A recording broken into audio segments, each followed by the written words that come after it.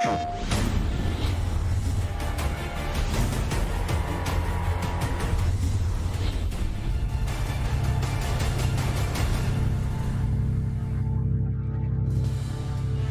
welcome back, round 2, all right, the North America section of the PS4 Open Series monthly finals for the month of February. We saw EU earlier. It was crazy. A lot of 3-0s, but they had some high drama. Fortunately, I'm looking at the bracket today, Ebonic, and I am already seeing drama before we get into anything. You know how I feel. You know my favorite player of these things. My heart. Yeah, no, I mean, I think we're going to see a lot of moments where we're all like, my heart. And we saw a lot of those last time here in the NA2 side as well. And so, you know, if you guys missed that, let's go ahead and get you caught up to speed real quick.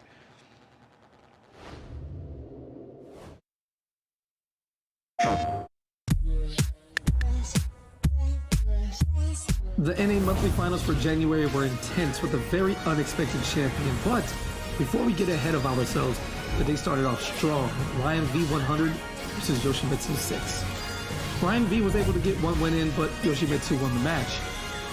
Comboing into the soul attack to continue the damage, and Yoshi's just flying around and rainbow drop. Oh my goodness! Then it was Open Series regular Mind Wolf taking on Sly Tiger 24.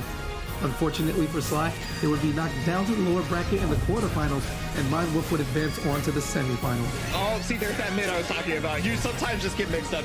Then we had Enigmatics versus TJ McBiggs in a truly enigmatic match of two 2Bs, but TJ McBiggs proved to be the stronger, faster 2B, taking the win. In the semifinals, Mind Wolf took on Yoshimitsu 6, and Kronvict took TJ McBiggs. Sadly, for both Kronvict and Yoshimitsu, they both lose their respective matches, bumping up Mind Wolf and TJ McBiggs to the upper final. Mind Wolf continued to show why they're such a fierce competitor in the Open Series, taking down TJ McBiggs in the upper finals, advancing upwards and onwards. Oh, there's the RI, and that's gonna kill. Down in the lower bracket, Sly Tiger 24 earned their way up with many 3-0 wins after being knocked out in the quarterfinals.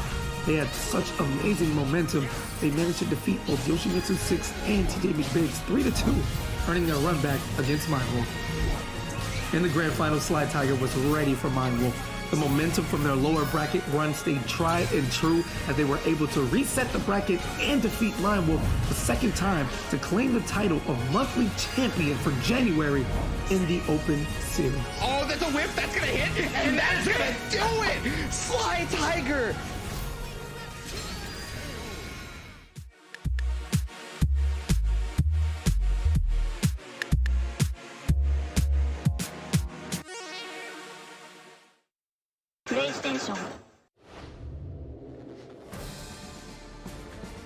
That was what happened in the month of January's finals, but February is a new month with new things going on. You guys saw that Sly Tiger got the W there. Sly Tiger also getting a W this week, but what you will notice in the bracket is that Sly Tiger is not present within the top 8, and this was not due to lack of them being missing. No. Sly Tiger unfortunately was eliminated in top 32 by one of these names here in this top 8. And would you believe, KP, that it is Big Tay 5034? Listen, man, we can't preach enough how your name can be the next one that we call.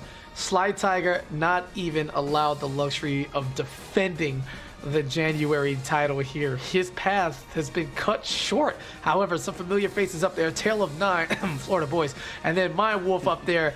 TJ McBiggs putting on a big splash last time around. That's going to be a crazy matchup in round 1. LS210X, Mean Green Toker 33. These are a bunch of new names in the building, man. I don't know how to call this. But that bottom half of the upper bracket, man, if Big Tay can continue this run, taking out the previous champion, there's a big opportunity here to solidify a name and build a new legend here. Well, these new legends are going to be playing for more than just that legendary status. It's going to be for actual Open Series prizes. First place getting 400, second place getting 300, third place getting 200, and fourth place getting 100.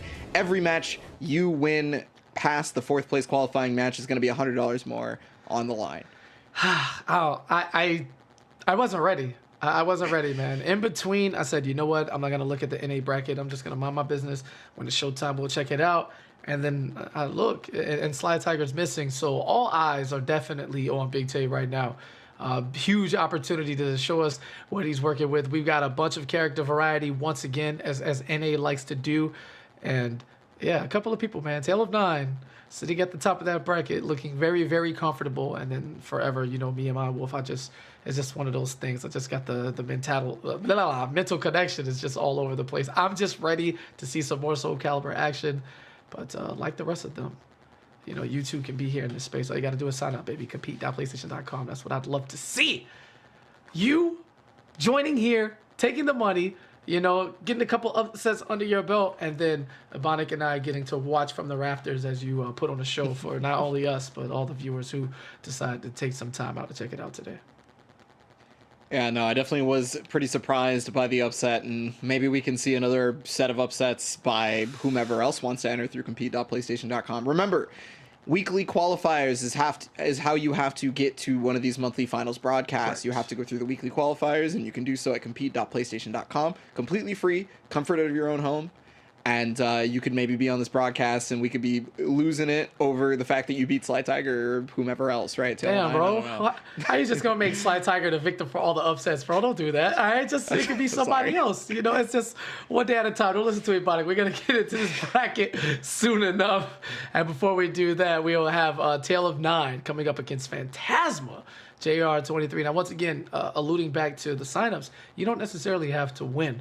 But showing up week in and week out and just accumulating those points will bolster your chances of making it to the monthly final, to then which you have to play through the bracket, and you end up here. So at this point in the tournament, the top 8, everybody's been doing their thing, and now they get to put on the show.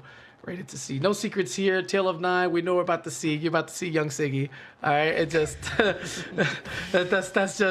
that's what we showed up for. All right, his name legit. Don't ask no questions. All right, real names, no gimmicks. Age, that's 3 question marks. That's more than 2. That means you need to really mind your business. Location, Florida boys in the building. Go ahead and follow him on his socials, man. 29 wins, 6 losses with a win rate of 83%. He wins way more than he loses, and it's enough to get the job done and solidify a spot here in the monthly finals for February. Yeah, and his opponent's actually going to be a Phantasma Jr. So Phantasma Jr. is actually one of our first competitors coming into the Open Series monthly finals, coming out of Mexico. And this is like a big story. I know we got other big stories going on in this top 8. We probably have a lot of them, but for me, this is a big story because Phantasma didn't know about this tournament until very recently. Phantasma had a friend go, hey, you should enter. I think you're pretty good at Soulcalibur. You know, you should try it out. And bing, bang, boom, compete.playstation.com, they're in the top 8. Like, there you go. Yeah, you see the 7-1 record. So he was able to win one of the tourneys, no questions asked.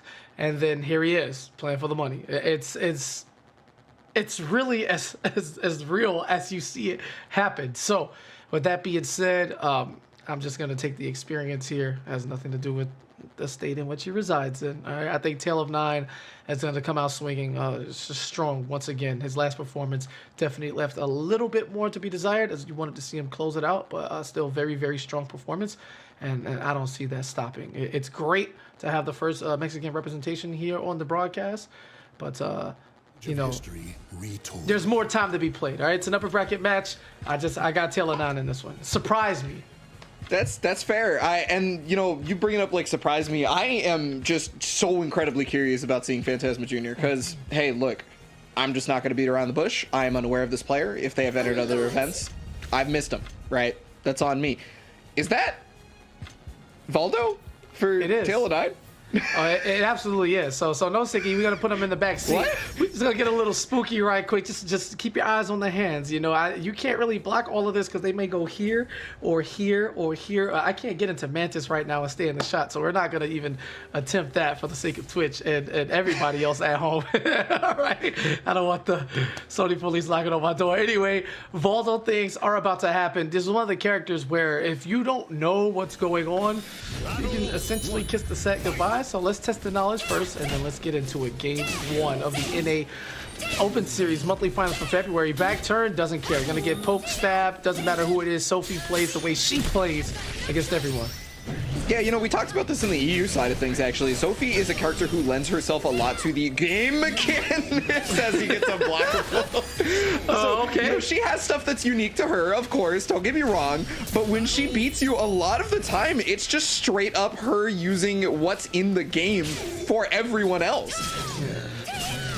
Yeah, just get outplayed. All right, let's do it. Soul attack. I mean, the offense is going to continue on. Phantasma waiting for the GI bait. I mean, hold on.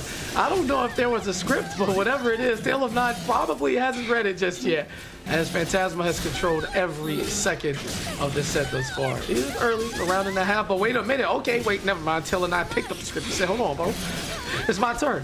All right. Oh, big whiff right there, and this just refusing to come out of stance for the entirety of this. No way, no way.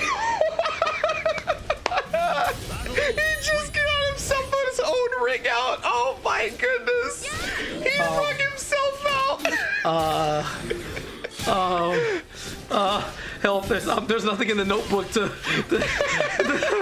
cover that situation. You know, it's been a long time since I've seen a self ring out. The last time I saw that, I did it to myself in tournament one time, but you know. Nah, that's karma, because, you know, Tale of Nine once backed Ramon at NOBC, and we don't do that, all right? We put respect on Ramon's name. That's what you get. It comes back for you sooner or later. You leave that, all right? Gonna pop open the soul attack and walk so that his opponent is towards the middle of the stage, so he doesn't put himself in another situation where he rings himself out. Lethal hit. Nice follow-up. This may be enough for the kill, honestly. One mix-up. There you go. You know, okay, so real talk, I was pretty skeptical about the Tele9 Valdo because the only characters I've ever seen Tele9 play in tournament footage, whether it be inside of the Open Series or outside of the Open Series, it's been either Siegfried or Hilde, right? I did not know he had a Valdo. Hey, you gonna learn today. A little splat wide open. Oh, don't touch me. Look, you see how the hands just stop that? Teach my child how to move like Valdo. Might be advantageous in life. Anyway, there's a jump back coming forward and a pelvic thrust into the win column. Just enough. You know, it could have been 3 rounds. Turns out to a decisive round 5 as Tale of Nine. Oh, wait a minute. Good reaction. Yeah, that was a real good reaction right there from Phantasma. Super good call out. Gave Phantasma one of those winning rounds, as we like to say, because in Fighting Game World, we certainly take those. But again, back to back. Oh no, that was meant to be soul attack, 100%. Okay, jumps reverse ledge gets beaten out right there. Yeah, and this time jumps over the low, reverse ledge right back to you. No full animations here. All right, let's do it. What's it gonna be? Oh, this determines the matchup, actually. Yeah. Oh, no. Big hit. It doesn't hit the wall, luckily, for Tale of Nine, but the guard break. And Phantasma's going to seal the deal. Oh. Okay. Well, we know that's 1-0 for sure. That's Absolutely. definitely a 1-0. I was going to ask, is that critical or, edge even necessary? Because, you know, anything would have killed at that point. It's guaranteed. It's guaranteed. You know, that's the important part. That's the important part. You can't drop that. I'm not going to say it's any deeper than, you know, what happened right there at the end of that match. I'm just going to say it was an unfortunate turn of events, but it is, in fact, 1-0 in favor of Phantasma. And did you like what you saw in Monica round 1? Well, like I said, I was like specifically looking at Phantasma. And he plays a very solid Sophie. It was a lot of like the stuff that you expect Sophie to excel at, right? The ability to properly whiff punish something, the ability to just kind of like play the small caliber game, as we like to refer to. But my eye was taken a little bit aback, and I started looking the other way a little bit over to Tale of Nine's Valdo, which again I was not expecting whatsoever. Yeah, I mean. You know, Valdo does Valdo things, right? No questions. We can laugh all we want at a self ring out, but that just, it's, looking back, it felt right.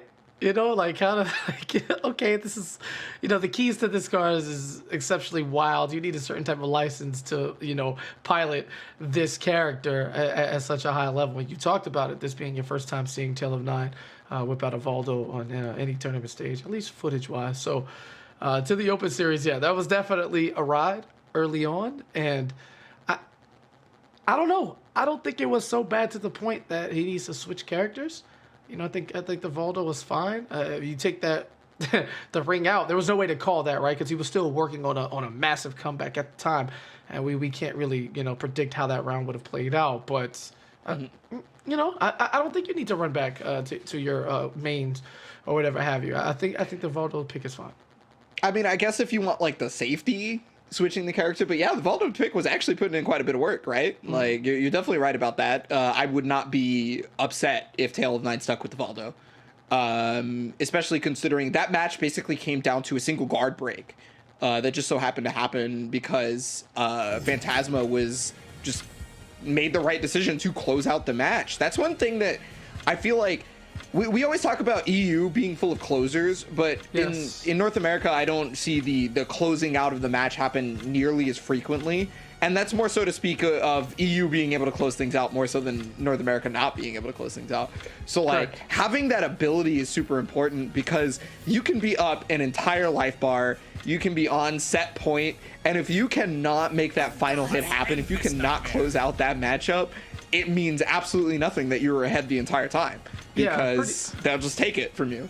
It's a pretty disrespectful game. I mean, you have the casual ring outs, right, where you just kind of slip off the edge and you just die. Or even, in big life situations, right, you get one open up, you get a combo, then you go into soul attack, right, and then you go for a mix-up right after. And if that hits, you're already down more than half health, and then it just becomes a reset of neutral. You may have 20 points left or something like that, but at the end of the day it doesn't matter because you can just get that neutral reset. And it's not that comebacks are easy by any stretch of the imagination, but with the mechanics of the game, the door certainly remains open. Absolutely. No, I totally agree. Soul Charge is a great ability, like gives you great ability to be able to come back. But when you deal with the damage that Siegfried can output sometimes, you start to wonder. Will I have a chance to make that comeback? That's all. Listen, man, the little Siggy kicks right here, you just give him a little tap, let him know.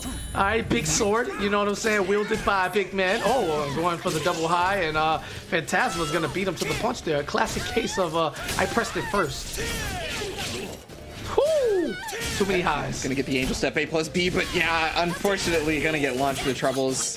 Oof. Okay, jumping over. That was the last one actually ended up connecting. He stepped into it. Nah, he's definitely cheating. That's all that was. All right, let's go to the next one. Gonna let a piece of the unblockable come out, black screen with some flames to let you know what's out here. Flapjack. Oh, yes. Nope, didn't tech. That was smart from Phantasma, and then ducks under the AGA. Unfortunately gets hit low, and yeah, the guard impact is not going to work out for them. That was really good awareness of what Siegfried can do to you after a Flapjack by not Ukemiing, because if you Ukemi right there, he gets full animation, which means he gets a bunch of Dark Legacy stacks on top of, like, just melting your life bar. Yeah, correct. All right, so once again, they're just trying to force itself in with these highs, and Phantasma is just ready for them. All the vertical launches and the like right there is a counter hit. Everything else is working for Tale of Nine.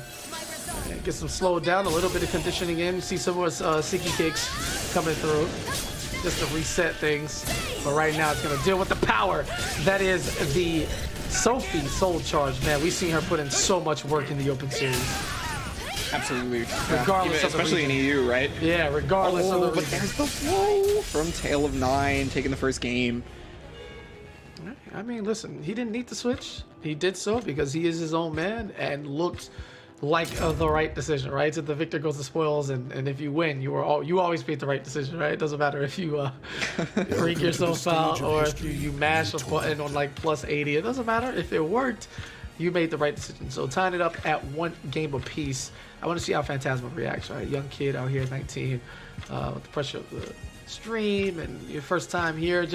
He just wanted to see how good he could do.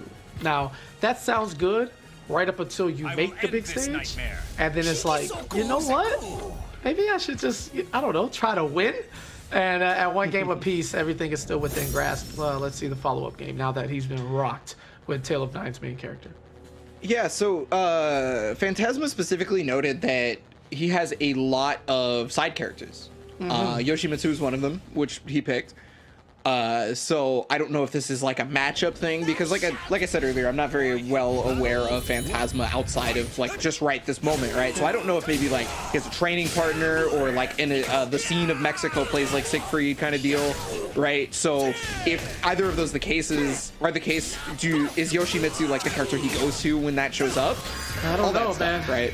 Just getting a look into what he had to say. I mean, he has 6 characters in the whole at any given time, so maybe he continues cycling through if necessary. But again, it's just one round, and taking it slowly. We've seen him match up a lot of times over the years. Still one I enjoy. Both of these characters are very unique in their style. And oh my goodness, that is just disgusting. Are you gonna let him play? Siegfried wall damage. Yeah, some of the highest in the entire game. He tried to slide a reset in there, but Phantasma watching his legs, he was ready. Spin a little meter, why not?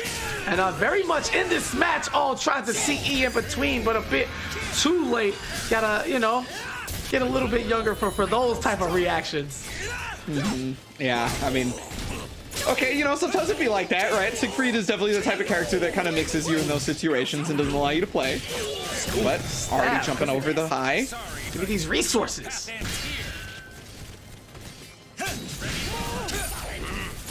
Okay. Oh yeah, trying to go for the B6 string on that, but there's the GI right back, another B6. I mean, you do Tail of Nine, like he doesn't care. He's definitely gonna go for it. Yeah, no, I mean, it is Tail of Nine. He's definitely known for that kind of thing. But reverse ledge, this could determine whether or not this game goes to Tail of Nine. Oh, and it might. It might? No, it definitely will. Lethal hit after the reversal edge mind games with the wall to your back. You didn't even need the wall in that sequence, but I mean, this is Siegfried we're talking about. There has to be like a danger sign that pops into the minds of their opponents once they realize the position that Siegfried has them locked into. It's an incredibly scary time when he hasn't even done anything yet. It's pure intimidation factor at that point. Yeah, you notice when a lot of people fight Siegfried, Siegfried will go into chief hold stance where he has the sword to his left or his right, depending on which one he's doing, and they will do nothing. They will sit there and they will block because they are too worried about the mix-up that comes afterwards, rather than trying to interrupt him. And he will just stand there in their face, and he's just staring them down. He's just like, yeah, you're scared, ain't you? It's a little bit. It's some things you got to be afraid of. It's like, all right, he has a button for every direction I want to step, so it's like, it's 8-way pain in that situation, right? Now, of course, he has to guess right and put you in the right position, but the reward for doing so is just so exceptionally high, or at least it feels so rewarding that it just damages the mental. And anytime you get damage the mental in the fighting game, you are up, way up. Sorry, I called it chief hold. I meant side hold because he has side hold, and that's the left, and then there's reverse side hold, which is on the right, if I remember right. But that's my bad. All love. All right, let's get to it. Game 4, correct. Yes, after, and again, here comes Phantasma with the character cycle. Here's Maxi. Riding a high here in the Open Series. Definitely saw Maxi take home the EU crown. Shout out to Yin, able to become the 3rd person actually to win the Soulcalibur Open Series monthly. That's crazy. 3 people in like 8 months, but let's keep it going. Yeah, it's definitely looking like a hard-fought battle right now as Tail of Nine just has him up against the wall. And one thing I have to notice, it's kind of crazy to me. Phantasma has an S rank with all 3 of the characters that he's pressed so far. He's kind of he's out here. He is out here.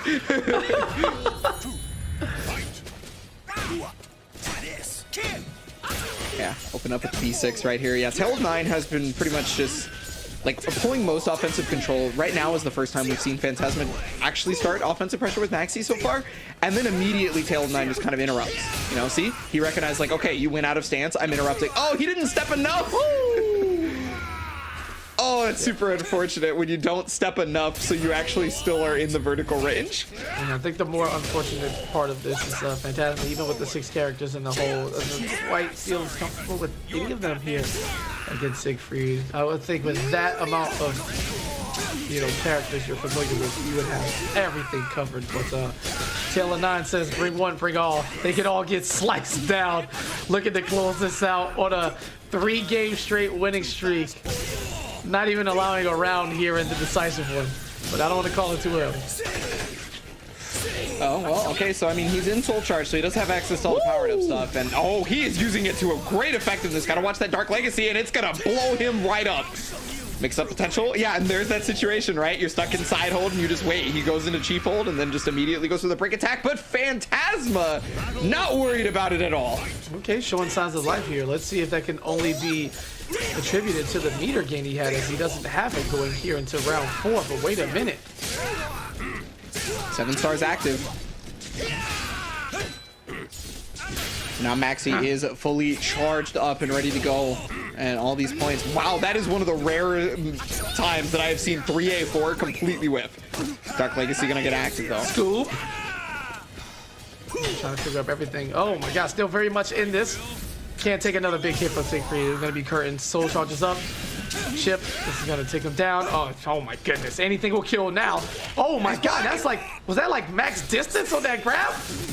It had to have been. Oh, but the reverse ledge comes out. Oh man, that clutch block on the 2K had me really feeling like Phantasma could totally make that comeback for a second. And then the unfortunate activation of the reverse ledge ended up killing him. Tail of 9 though, looking super strong. The second he switched to Siegfried, his Voldo looked pretty good though. I was again, I'm still surprised about that Voldo. Yeah, absolutely. It might not be the last we see of it throughout the entirety of this tournament. And unfortunate is a very good word as we head into these replays here. Voldo, you want to talk about unfortunate? There it is. Oh. It's almost like he just went through the geometry of the bill right there. There's like a gap in between the wood, just in the corner, just going right over the top. Very unfortunate situation, but once we got back to action after Phantasma was able to take this first game with a well-placed guard break into the CE, which get them out of here. And then it just became the Siegfried show. This is what Taylor 9 is known for. This is what he showed up with for the majority of his time in the Open Series, and this was just business, right? He said, look, Phantasma, let me tell you something, young man. You need more experience, all right? We like you, and it's cool you play all these characters, but this is my show as of right now. And it was just complete and utter domination from that point on. Wall combos, all the mix-ups, the punishes, it's just clean. Dark Legacy pops. Everything was just effective. The best way to describe Tale of Nine's gameplay from the Switch to Siegfried. Yeah, no, I think that's a perfect assessment. Effective was absolutely the way to claim the Siegfried. And so, 3-1, very effective for Taylor 9. Going to be moving on in the upper bracket. Up next, we're going to have Mindwolf versus TJ Biggs, Big Tay, Nathan, Soulcalibur 6, LS210X, and Mean Green. Now, Mindwolf versus TJ McBiggs, I think, is the talk of the tournament right now. Yeah, this has to be the talk of the tournament right now, right? Yeah, this is an important one. I think the winner here. I mean, they have Tale of 9 right after though. So since we don't know what some of the players in the bottom half of the upper bracket have to bring, it's really impossible to say, hey, well, this side is harder than the other. You can't really call that because we haven't seen them yet. But with Taylor 9 sitting in the win, as strong as he just played that Siegfried match, this is exceptionally scary because you're looking at a grand final match and then you go right into Tale of 9 right after. It was also like top 4. So the path to victory is an exceptionally hard one, and I wouldn't be surprised if the winner of this upcoming set takes it all. Yeah, either one of them have the complete potential, right, to be able to take the whole thing. Like Mindwolf specifically, let's talk about Mindwolf, who has been one of our champions multiple times in the Open Series. Yes. When they first jumped into the Open Series, I don't know if they made top 8 immediately, but the moment they did make top 8 for the first time, they didn't do so hot, right? They got into top 8, they didn't do great. We'll check and that then tournament after tournament, they got progressively better. And now, yeah, exactly. Check the record. Absolutely. Look at where they're at now. 48 matches in the month of long, but let's go ahead and check over to his opponent, TJ McBiggs, making the splash into the Open Series last month. And you spoke highly of this man. He did not disappoint in the slightest. 2B, just exceptionally clean gameplay, mix-ups galore, and just overall fun to watch. You know, I feel like people forget that part of the game is important, and TJ McBiggs definitely a fun player to watch. Also a big winner, 25-4 in the month of February. Goodness, that's only enough to lose 2 tournaments. Easy qualifications for him, and I don't even have a prediction for this one. It's just, let's just get to it. I don't even forget the predictions. All right, let's just get to it. Give me some Keelik. Give me some 2B if this is the matchup to be played, and let's go from there. I guess I'll give the prediction for this one then. I have a lot of faith in Mind Wolf for this one specifically. I think I would call Mind Wolf on this. I'm a big fan of TJ. I think he's an exceptional player. You've heard me talk about him previously being basically what I consider personally to be the best West Coast 2B player, right? However, Mind Wolf again and again and again, entering these open series and just doing incredibly well. Sly Tiger was the only person that was able to stop him last time, if I remember right. And Sly Tiger's out of here. Yeah, unfortunate situation, man. I hate to see a defending champion unable to fight for the crown, at least in front of our eyes. But to that being said, I don't want to take away from the opponent. Shout out to everybody who was able to defeat literally anybody, because you made it to this position by beating your opponents. Let's get into a game one. Mind Wolf. All right, that monster out of Montreal going up against TJ McBiggs. So much larger stage here, so there's potential for a lot of movement, but you know, if you get real close to that wall, it'll start to get nice and scary. Great step right there from Mind Wolf.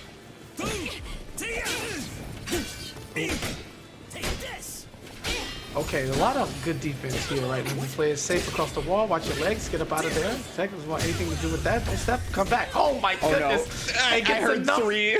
Yeah, it gets enough of those in the round to fire off the lethal hit, but will he close it out? Yes, he does. It's Keeling counting the seconds that it's going to take for him to kill you once he pops that lethal hit in a situation where you don't have enough health. Oh yeah, come here, stunned. Oh yes, faded the GI. Still has enough time to tech the throw. Very, very chillish there on the game mechanics, huh? Oh, but the big interrupt on the break attack. No full conversion there for TJ McBiggs, though. He's going to be able to get the bubble at least, which means because he caught him in the air with it, it sends him behind and gets extra damage on that. There's 2 versions of that bubble too. Even if you're like to defend, one of them is punishable on block, and then the other one is completely safe. So it's not plus, but it is safe. How about punishable by sidestep? We all know how dangerous Keeling gets once that soul charge is activated. All right, he is one mistake waiting to happen. And TJ, poised, easy work, nice follow up. Has the back. Oh, he lets him off the corner. Or off the wall, I should say. I just realized both of these characters have incredibly strong soul charges. In the situations that they want to use those soul charges in, they become like a lot stronger in those situations, right? Yeah, so, well, some would argue that 2B has arguably, you know, the best in the game. And if not, I mean, Keeling can certainly make an argument. They're definitely top tier soul charges for sure. And oh my goodness, how about some top tier movement and weapon choice, attack choices from Mind Wolf? That looked like an entirely like just 10 hit combo from like Tekken, you know what I'm saying? But it really was 10 string, yeah. Yeah, it was just clean. Ooh, AGS back command grab, so he gets 1 combo off of this. But that's about it. Now the mix up, and because he's in soul charge, he gets a full combo. Yeah, this is too clean. The 2B is sick, bro. This character is godlike. Oh, the perfect 7 golden letters. So we've got a round 5 early on. No surprise. I expect this one to be a total dogfight. Behind again, the extendo damage that you pointed out earlier, trying to bait. Oh! Yeah, one thing that you're going to have to be privy with, though, is that TJ has... Yeah, I was just about to say it! Come on! He had 9 points of analysis, so that means he had the lethal hit on deck. I can't... that happened in Europe, too. I was trying to explain something that was about to happen, and then it actually just happens. I can't get a word in edgewise with these people. The script is in today, and if that wasn't enough... People just happened. The reverse perfect to send it right back to my way. It's like, okay, you want to do this? I'll show you how it's done. Golden letters. I win, you win. Lethal hits. Oh, analysis. I got you read like a book. And for the fact that it's just analysis is like, bro. I know what you're doing. I know what you want to do. I'm gonna prevent you from doing it, and then I'm gonna body you with this lethal hit. And that was all TJ McBiggs. What a wonderful closeout round there as he goes up 1-0. All of that for 1-0. We're in for a long night if this is the precedent set by our first round opponents. Yeah, well, I mean, this was the matchup specifically that we were looking at on the first round out of all the matchups. Like, obviously, we're very specifically looking at some of the newer players to, you know, show us what they're made of. But this was the matchup we were looking for to determine how the rest of the tournament might go.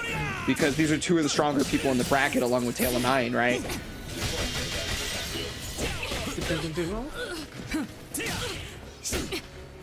Watch your legs.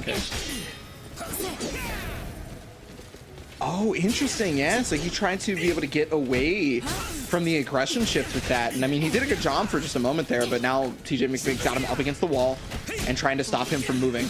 Yeah, when you see something like that, does it feel experimental? Or do you think my Wolf is just, you know, got that in the bag and says, okay, you know, now I can react accordingly? It seems like something that's like deeper in the list of, right, well, how do I approach this matchup, right? I try X, Y, Z, Z, Y, they don't work, let's go here. Do you think it's planned, or you think it just came up with that on the fly? You know, I am like genuinely surprised about a lot of people that end up making those decisions on the fly. You know, it's usually something that they have in the back of their mind, and they only really need to access it as soon as it comes up. Yeah. Well, here we go. Nice comeback here. Still somehow able to keep poise. Gets the hit. No tech on that one. Oh, looking for a throw of its own. But instead has to deal with the soul charge. Oh my goodness! That is such a fortunate whiff. I mean, TJ McBig was lucky to escape with his life in that situation. Now everything in the move list is open, and there you go. Yeah, just swinging it. Swinging the maze. Yeah, I mean, it was a negative enough situation that I'm sure he wasn't terribly worried about it. But correct. Oh, man, yeah, soul attack coming out. Oh boy. Got him. Oh, that hurts, and now you're in CE territory. Oh, just gets to throw itself wide. Nah, here's the follow-up. Command grabs. Yes.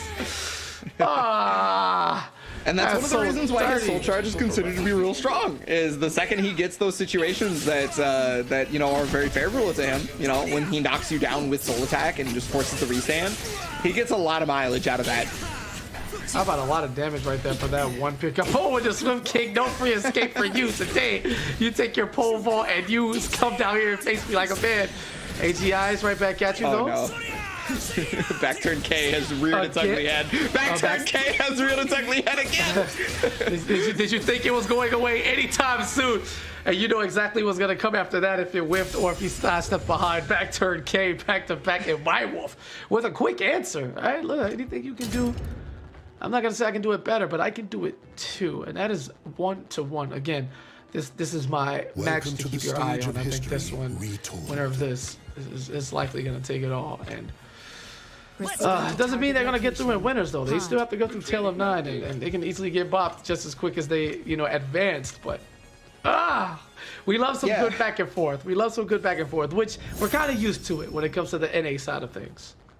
Yeah, the first round, NA is usually kind of back and forth, right? EU is a little different, mostly 3-0s. But it's just crazy that our first 2 matches are of like some of the strongest players that we see in the Open Series, right? Like our first round into our semis match for the upper bracket is like one of these players has to fight tail of 9 after this. Like these are the 3 players that we probably expect to go at least very far. Oh, caught him Ukemi, so that means he gets the extra damage off it. The Keelik-isms aren't as cool as the Maxi-isms. I don't think I could walk around saying Keelik lines, bro. Nah. I'm just gonna stay a spectator with this guy. I just listen to him. Well, I mean, he's gonna got wall hit. Not a ton of damage on that combo, though. And, I mean, life total is relatively even, but wow. Okay, so TJ McBig's right there just kind of contained Mind Wolf wanting to go for wall rising D or wall rising K because he had ducked several times, but he just kept going towards the mid rather than like anything super fast. Oh, sidestep, beautiful here, right back at you. It's like TJ McBiggs almost feels like he has like Android-like powers, right? Every match is like decent, and then he gets enough charge to where he just turns up beyond belief, and they just become not close. I mean, what are we talking about? This is another perfect on the board. This will be his 3rd one of the set. Does this kill? I don't think this kills. No, this one doesn't kill, but he's gonna run up and get the mix-up successfully. He's an android. I mean, okay, you're right. What are we talking about? I mean, that's just.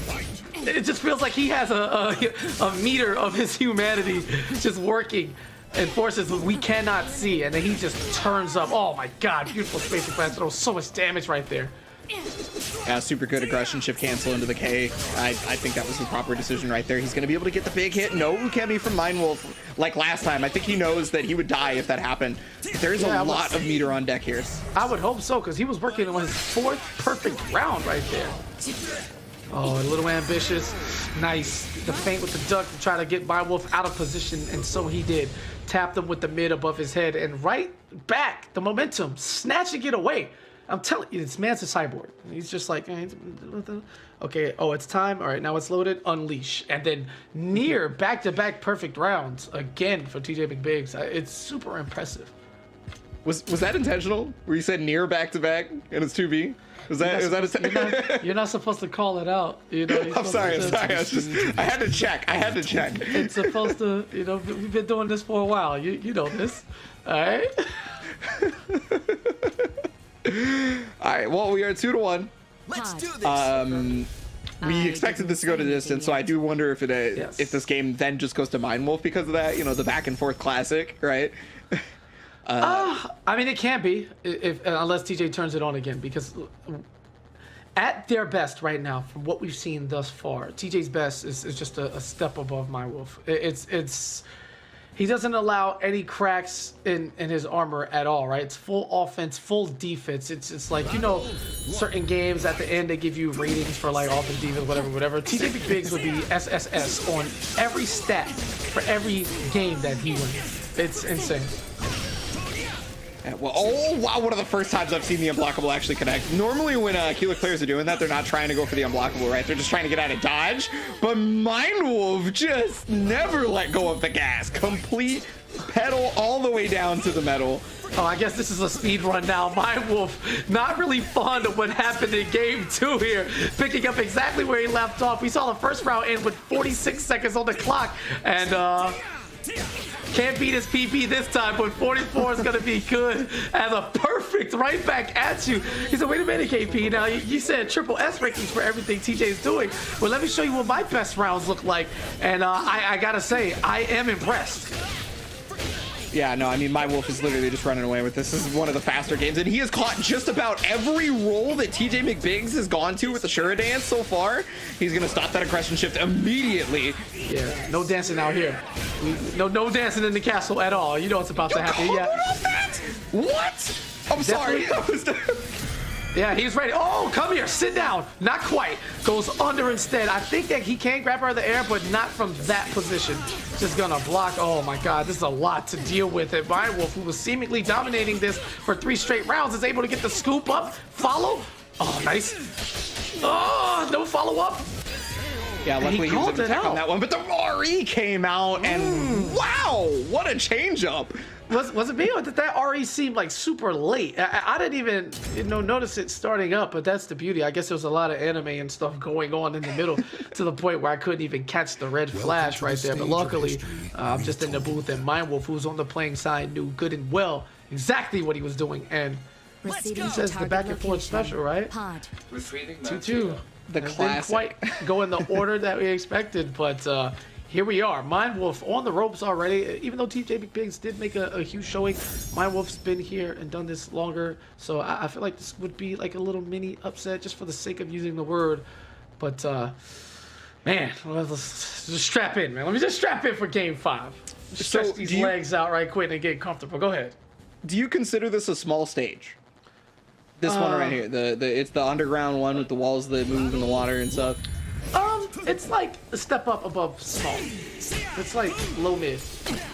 Okay, because the reason being is I've noticed that Mindwolf very clearly relishes in the small stage, right? Because anytime TJ makes because what? Excuse me? I can't talk. Sir? I'm not you hold allowed. that thought? That is a new PB for Mindwolf, closing the round at 48 seconds. My man is working on speed run measures. But yeah, back to what you were trying to get at before you were so I think that actually lends credence to what I was talking about, to be honest, because any time that TJ McBiggs gets away, it feels like Mindwolf is playing catch up, right? Like TJ McBiggs got away during the very beginning of this round, and immediately Mindwolf was struggling to catch back up. The first round, Mindwolf got in his face immediately, and it was like TJ couldn't get away, couldn't do anything about it. Not to be undone, that ended with 43 seconds on the clock, so TJ McBiggs definitely in the ballpark to top-level speedrunners right now when it comes to Soulcalibur 6.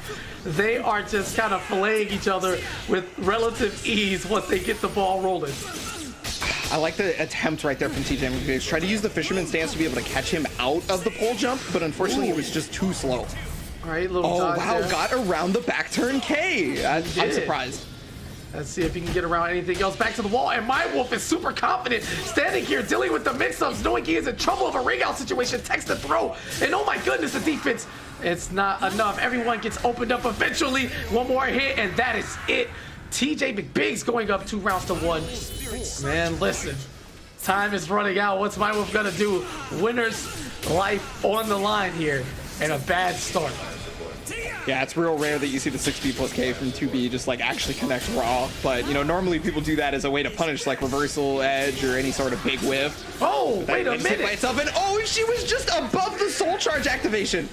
Okay, but the soul charge from Keelik is heavily damaging. The comeback is totally possible. No, it tries to come in after the escape feint, and TJ McBiggs cutting himself just short to catch Keelik, trying to sneak in through the back door. Nothing doing. And listen, man, we had our previous champion, one of Rufus, go down in round 1 today of EU.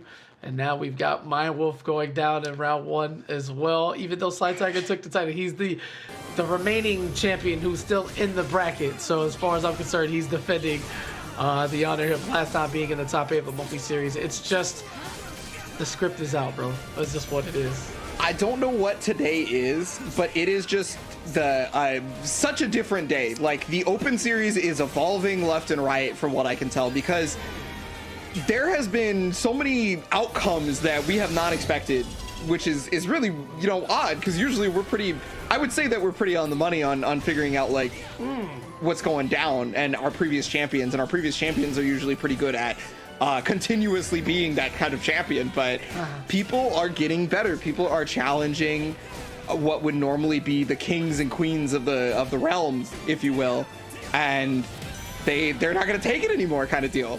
Wiggle, wiggle, wiggle. I love that. Just I just a like some of little. Keelik's moves. Yeah, it's a little bit. It's just, you know, he's just getting tapped with this stick out here. Like, you gotta just try to mind your business, and then bow right on top. Good RE there. Yeah, 3-0 round to close that out. But here's a last-ditch effort. Tries to escape, tries to sneak back into the back door, but is in fact closed. Guarded by security, and TJ McBiggs 3-2 over My Wolf's gonna go on and set up a date with Tail of 9 here in the upper bracket semifinals. Now, moving on, we got Big Tay. All right, he took out the defending champion Sly Tiger, and it's what we want to see. And he's going up against Crazy Nate, who's been here time and time again.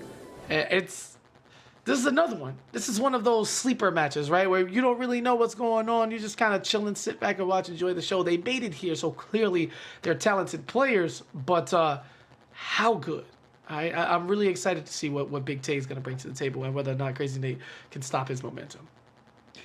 Yeah, Big Nate is one of the talks of the town right now, or Big Tay, excuse me. I combined their names. Yeah, Big Tay is the talk of the town right now because they did eliminate Sly Tiger prior to top 8. One of the people that, you know, we usually expect to make it very far, and not just the open series, but pretty much any tournament they enter, right? What's really going on today, right? Repping the 40-plus game, just like we had Germany in the building earlier. He was 40 as well. There are too many parallels going on between NA and EU, and I don't know what y'all signed me up for, but I don't like it, all right? I don't like it. You know what I'm saying? I love this game, but whatever you got going on underlying-wise production, I'm watching you, all right? And then we got the youngin'. No different than what happened on the other side. 17 years of age, which means Crazy Nate definitely can be a menace for years to come. You love to see people be godlike at such a young age, because you know that, you know, potentially, with however they want to live their lives, they can be here dominating. And if you're this good now, in time, you only get better if you keep the same work ethic, right? Who knows? You know, in 2-3 years, like, Crazy Nate might be out here winning majors. So it's beautiful to see the growth and that ride all the way through. All right, so Big Tay, I have to mention, just beat one of the people that we consider to be one of the best Talums in America. This is a Talum matchup that he's running into. Crazy Nate, obviously, we're not saying that he's a slouch or anything. I just do wonder how that dynamic comes into play, because if you're taking out somebody that we consider to be one of the best Talums in America, that shows like a knowledge base versus that type of character. Yeah, absolutely. Well, you know, if Aswell's here to save humanity, that means children are not exempt. They can get this work too. As Aswell opening up with the perfect. It's probably easier to handle the kids. They aren't as strong as full-growns just yet. But Talon, this one's something special. You know, this Aswell play is reminding me of two other Aswells. Both have shown up in the Open Series. One was AR, and the other was Crywolf, right? Yeah. This is some of the most aggressive, I am swinging as much as possible type Aswells. You see how clean this white suit is? Does this look like a man who came to just be looked at? No, not at all. All right? He wants you to know, like, listen, bro, I'm not a spectator. I get the job done. GI is after everything, pressing after everything, all these counter hits. You know what time it is. Just not trying to block, basically. Like that's just the clear thing that's going on. I do not know if I have seen him press the G button once. That's one time, kind of forced to wake up, and even then it happened so quickly that I'm not even sure that's what happened as he gets opened up for the lethal hit, going into Naked Aswell, the strongest form here for round 4 in game 1. Let's do it. No guard game. Bro, I am incredibly surprised that he immediately went to the 8D+K on Wake Up, because that move is, I think oh wait, no, it's I-12. It's I-12. Never mind, it's kind of fast. I lied. But I guess it just lends again to the fact that he just does not want to block. You see these wall risings, you see this 4D+K. Every time. I love it personally. Let's go. The power of reason. Why block when you can attack people, right?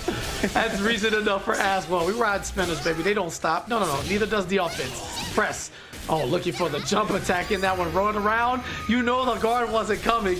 It's Ukemi into button press into maniacal laughter, because why block? Like, you can just press all the buttons and win. Oh. They put the cameras on us. I'm sorry. Yeah, I have to point out the button heavy nature of Big Tay as an Aswell. It's just very clearly stopping Crazy Nate at all moments, basically. Like there was one time where Crazy Nate was able to get back onto offensive pressure, but the entire time it was Big Tay just like, all right, well, every time you've hit me, it's never been a really big damage, so I'm just going to keep pressing buttons. Who cares? Like, I respect it, bro. If you've been playing Calibur this long, right? Look, man, I'm 40, bro. I ain't blocking no more. I had enough of y'all, these kids. I'm going to do whatever I want to do at this point, and it works. So that's something y'all got to deal with, all right? As he gets opened up, lethal hit to start the match. That's never really good. Oh, my goodness. It's a Superman punch right in the face. Okay, if you don't want to block, be my guest. I know what moves I'm going to go to and try to GI, and yeah, this should be a perfect. Oh wait, hold up. Hold up. Okay, nah, all right, okay. I'm not holding up. The writing was on the wall. That was the most I saw Big Tay block so far. That was absolutely the most I have seen blocking from Big Tay. So I guess we know now he does have the button binded to his controller. He does have guard. Yeah, well, it ain't enough. Oh, it ducks under. Yeah, I guess it does technically count as a high. It just never looks like it.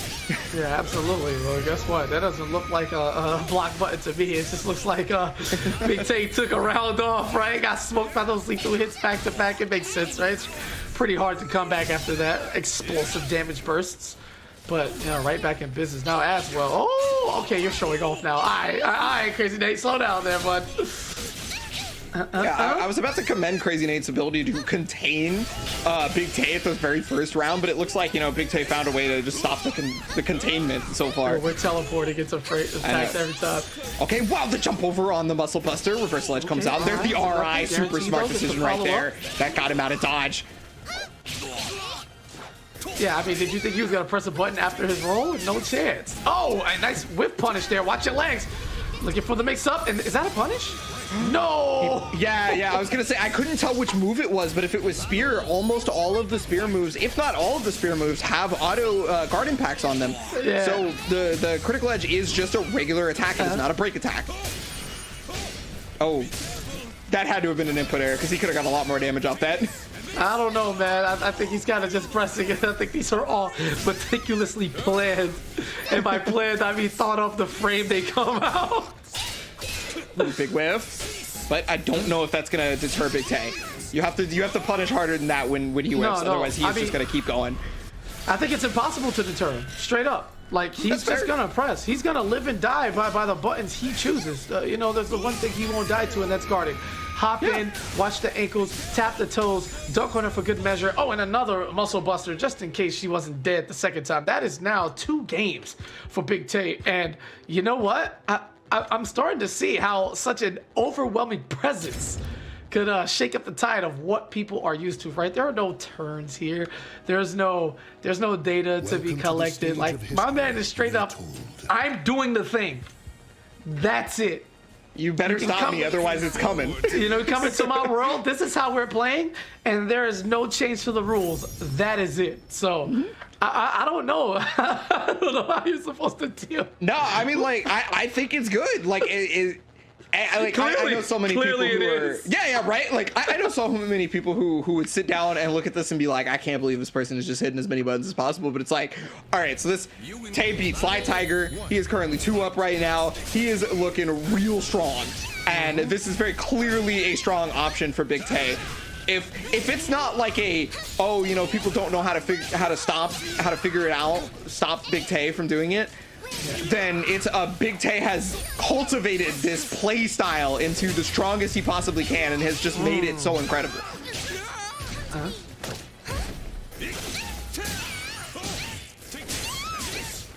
Oh no. Okay. Is she gone? Oh, my goodness. I didn't want to call it. I just wanted, like, in case, you know, maybe there was an input error. I wanted to wait. Nah, buddy, I don't think so. I think if there's one thing Big Tay can do, that is all the buttons on command, right? It's just clearly going throughout the move list. Eight.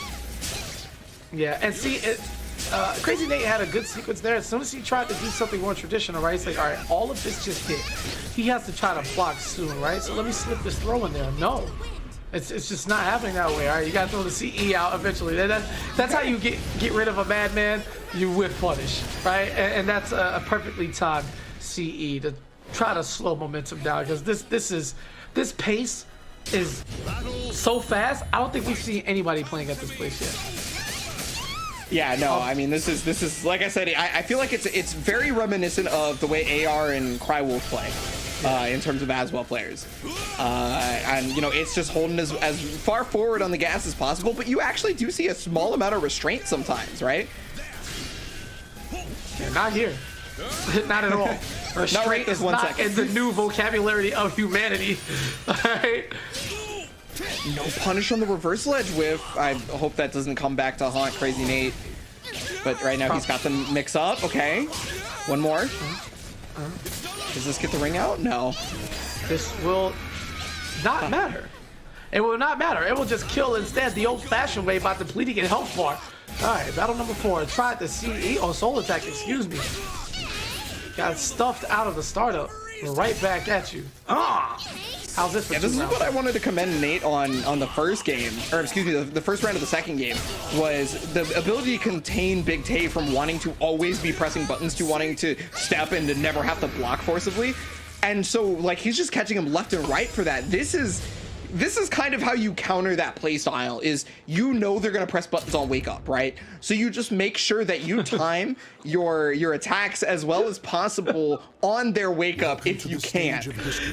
You know, otherwise they're just gonna demolish you. They're gonna run all over you. Yeah, I'm not laughing at the point. The fact that a realistic sentence such as, look, you know they're gonna press buttons on wake up, right? Yeah. I know it, you know it, the players know it, every single person in the chat knows it. The person who just bought this game on whatever platform, they're not even here, but they sensed it, they know it too. It's just yeah, you just gotta make those micro adjustments. Be real about it, man. Believe that they are who we thought they were. All right, Big Tay has shown you exactly who he is. Every single round open, he's done that move, the little spear horn drive, every single time. Like, you gotta believe him at this point. You gotta believe him. There's no reason to be apologetic about it. This is how Big Tay plays, and this is how Big Tay gets W's. So, yeah, I mean, you know, so that means it's all on Crazy Nate to specifically play around that. Damn. Otherwise, he's just going to keep running all over him. And that's what I feel like we're seeing right now, is Crazy Nate has kind of pinpointed that play style, right? Has kept himself composed, because this play style from Big Tay, it pisses people off straight up. Yeah, I already know that a number of people would run into Big Tay in a tournament and they would be so upset. Bro, I'm only laughing because I know the pain I would feel if I was on the receiving end playing against it. So, woo, back-to-back lethal hits, and this is proven exceptionally well. Oh, come here, talk to me, break everything. Right, yeah, so I mean, instead of getting angry about it, you start to play around what Big Tay is doing. You keep composed, and you can make the W happen. I mean, there's the punish right there off him trying to press any sort of button or step after he did the 5A. Like, I feel like Crazy Nate has got a handle on the idea right now. Woo! Another stuff of the soul attack right here, and Nate is picking up, baby. This one is going to be as free as a bird. A perfect, Crazy Nate sending it into a definitive game 5, and the tables have turned. I mean, he's figured it out. He says, okay, you want to press? I'm Talon. I'm pretty fast. I can maneuver around you. I hurt. So if this is what you really want to do, man, what's up? What's up? You see the wall combos, the splash, all of the soul attack stuff. So he's right on cue. His BD attacks are great. He's following all the rolls now, and yeah, I think Crazy Nate has the download. Now it's again, so earlier we talked about how it's specifically on Crazy Nate to kind of counter this whole thing, right? Because he had just beaten Sly Tiger, he was going down 2-0, things were looking not very good.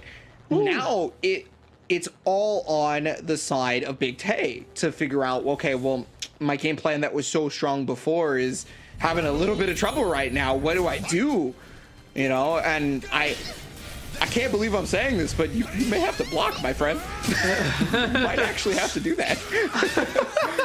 All right, well, that's gonna come through with about 2/3 of his health faint on the unblockables. So something is working now, as we got a little bit of hesitation out of Big Tay for once. But yep, roll into button press, GI on that wake up meaty, and that's what I'm talking about. Crazy Nate, take notes. All right, if you're in the chat and you have trouble with people pressing all over you, man, this is a lesson in how to handle that offensive onslaught, which may seem overwhelming at first, but there's always going to be holes in this type of playstyle. Yeah, I mean, for just a moment there, it seemed like Nate really had even figured out any sort of way to get around Big Tay being a little more conservative about things. But Big Tay now putting Shingle on the front foot. Oh no! Yep, classic, baby, the classic. That's so much damage, dude. Like if Big Tay had 50% of his life total, I feel like he might have died from that still. Like, actually. Yeah, which is crazy because that's the only real option that Nate had in that situation, especially with like no health remaining. But again, Nate has assessed the room. He knows exactly what's going on and what the follow-up is. So why not? Why not just go for it? Yeah, no, I think the decision to soul charge immediately is a good idea, because you need to be able to get a life total in your favor as quickly as possible. You need to be able to put the opponent down as fast, because they have so much momentum right now, right? Like, Nate has to be living. Right, looking for that jump back low.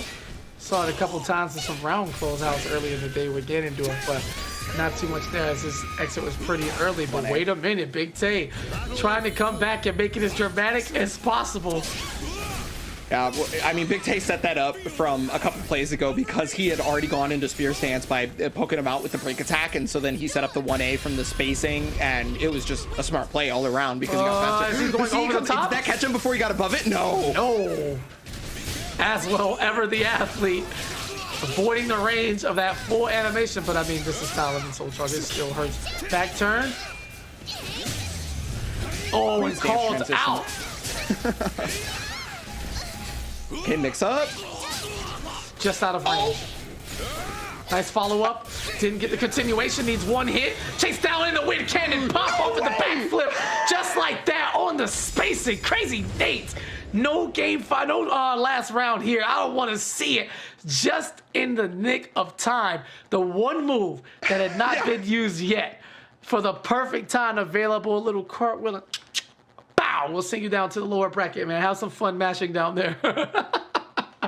I cannot believe that. That was all in on Big Tay, right? Like, he had There was very little health left. Everything was looking pretty. And then one backflip into wind cannon, sealing the deal. Oh my goodness, dude. I'm sorry. I'm still awestruck by that. That was sick. And I don't even know, like, he hadn't used wind cannon yet. At all. If I remember correctly. At all. There was just no time and no space for it. I mean, he was the first 2 games. Nate spent his time trying to figure out exactly what the hell was going on, right? Completely understandable. And then once he kind of figured it out, he said, "All right, this is what I must do to win, and we're just gonna stick to that. Staying on top, keeping everything short and sweet, cashing out on my damage anytime I get it, because there's gonna be a lot of counter hits here, right? Because Tay is pressing. It is what it is." And as you can see, all these continuations is just easy stuff. And then right there with everything left on the line, what a perfectly spaced move. I mean, it's almost like he knew what attack was coming as he survives Big Tay and takes it 3-2. Heavy drama here in North America. Heavy drama. God, just again, incredible, without question. But we have more Soulcalibur action. Up next, we're gonna have LS 210X and Mean Green. Now, I am right now a little unfamiliar with LS, right? I believe they play Amy, if I remember correctly, after my cursory checks. But Mean Green has been around for a little while. Mean Green has been playing and placing in events since, I believe, at least 2015, right? So that was previous versions of Soulcalibur and things like that. Right. Multiple characters for the both of them, from what I remember. So we may see a couple of different things. But yeah, look at that win ratio, Mean Green. Making it happen, 75%. Yeah, I too am unfamiliar with LS210, but again, this is the beauty. I love when I'm unfamiliar with players and I get to meet new, gods that come into the scene, because you want as many good players in the scene at any given time for any game to thrive. You love that, to see the continuation. So representing Texas here, young Larry, 8-1. All right, so the week that they signed up, they got the W. That was enough to solidify the spot in the monthly finals. And not only that, showing up today and finding their way through the bracket. So Amy does what Amy does. Very, very technical character, if I say so. And I don't know. We don't see Mitsu too much on this side, and I would like to see that, although he may pull out the Mina if he needs to, Mean Green that is. But I don't know. We'll see. This is one of those matchups where let's get into it, and then I can get comfortable and see what's going on from there. So Mina was what Mean Green played mostly to get into the top 8, from what I remember, because Mean Green actually streamed some of the matches. So I do wonder if that'll stay true. Okay, so it does. So right. And then Amy, as we were expecting here, for LS as well. Okay. So we see a bit more Sung Mina than we do Amy. I feel like on the Open Series, we actually don't see a lot of Amy, if any at all. Which is surprising given how strong this character is. Just happens that way, right? Just happens that way. What we have, like 3 maxis today in EU? That's true. You're right. Just happens that way. It's it is what it is. You never know. Any given monthly final, we can see it a lot. But Mina is pretty straightforward in what she does. Space control. Oh, and she taunts you pretty well by telling you you're open, exposing your lack of defense as a fighting game player with the audio cue. Yeah, one of the craziest part about this character, she has lethal hits for the opponent's movement, which is crazy in a game where movement is encouraged. Movement is loved, you know what I mean? So like, you have a lethal hit for that, it gets wild. Right here, you're seeing LS pushing the letter as far as possible. Great steps though, waited for the whole string to finish. Usually people get impatient and try to press something early, just kept on stepping. Mean Green knew exactly what to do there. Quick stab, little stun, follow up, more roses, and 4 of the things early on in round 1. Man, 4B, that move is my personal bane of existence, honestly. Every time I play against an AV, if you hit me with a 4B, I'm just like, please stop. That move right there. Yeah, well, I don't think anything's gonna stop here. Just continuing back to back and replays for the punishment of Ebonic Plague's mental fortitude. It's attacking right now. Yeah, absolutely. As my man falls apart in the booth, LS tries to take Mean Green's help away, and yeah, Soul Charge, nothing doing there. Oh my god, Amy. More 4B, please, on the menu. Well, you know, it's a little weird to use 4B right now because like he has all the red roses, right? He's got those stocked up. If this connects, oh no, he's not close enough. There's no way. Yeah, okay. I was gonna say that might be a ring out, but he wasn't close enough. Oh boy, called out. Oh, I didn't go too big there.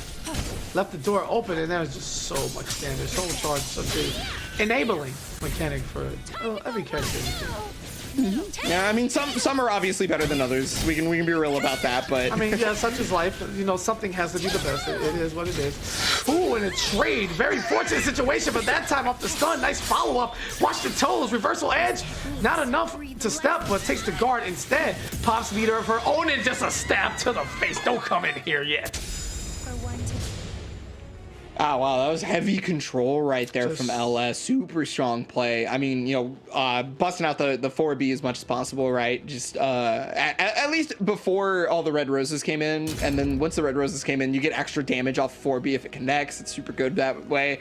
Yeah.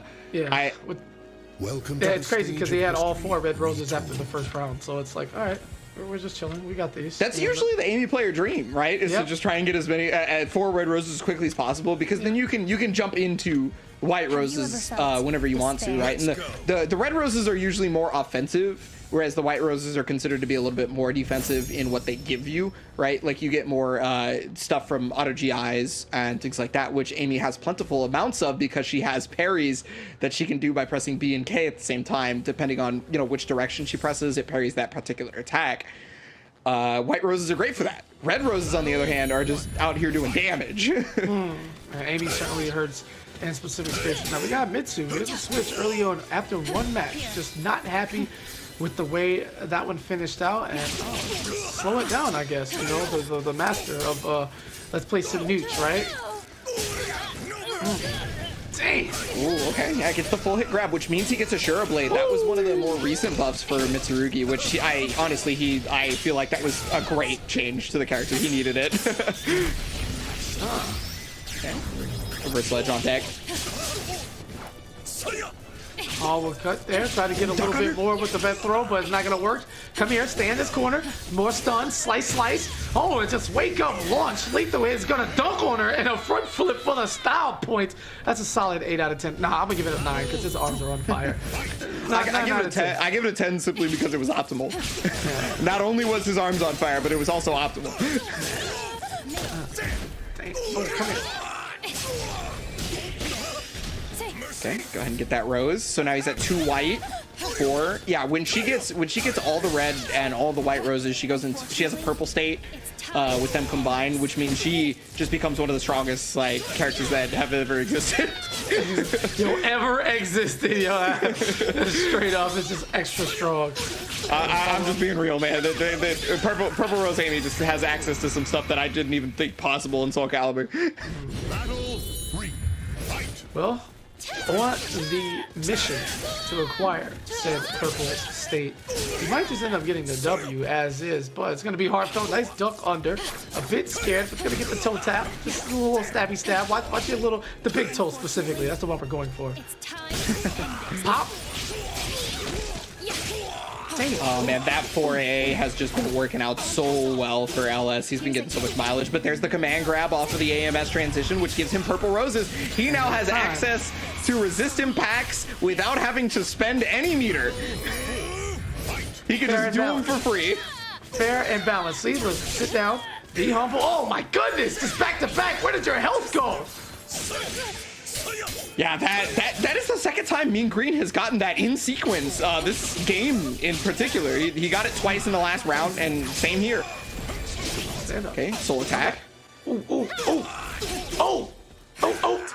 Oh, yes, so lovely, so magnificent. This is so perfect. He got a soul charge, I think. Yep. Yep, and called it out right there. Access, no resources necessary. Yes, more, please. Please Purple more. Rose Amy. I need more perp Amy in my life. I would love to see that, and it certainly makes me happy. All right, I'm just calling like I see it. That was sick. Beautiful sequence. A lot of damage piled up, and then again, you're talking about access to RI right away. You can't even safely just call in your soul charge there. I was waiting for it. at any given time. And that went from, okay, I just got this state in the final round, and wow, what a difference it made. So absolutely. It's a strong state. The RI that you get for free is hilariously enough not even the strongest parts about being in Purple Rose perception too. So that's like the crazy part is like, yeah, okay, so she gets that for free.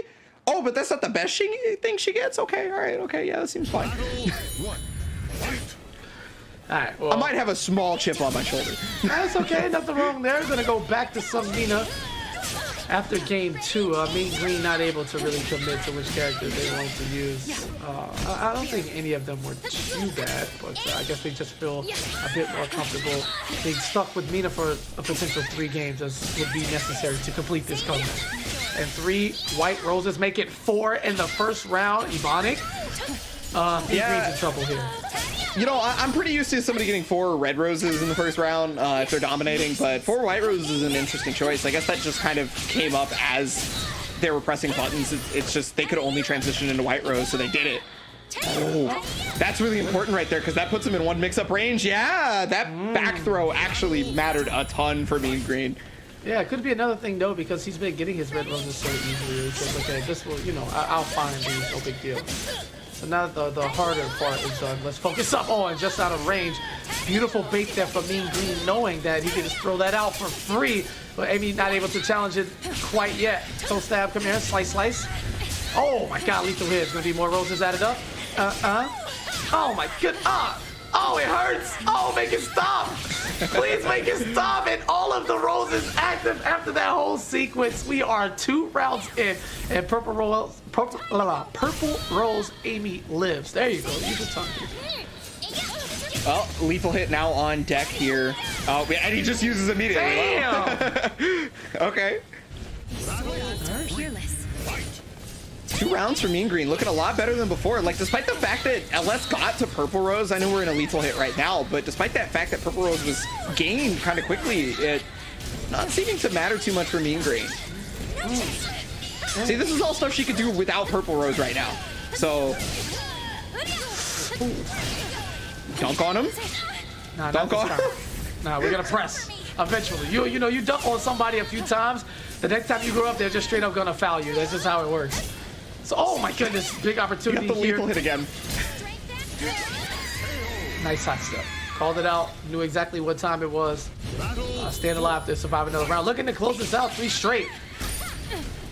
Yeah, LS didn't sign up for the high drama matchup. He said, okay, I'm going to pull this card that says 3-0. Yeah, that's the one I'm most interested in.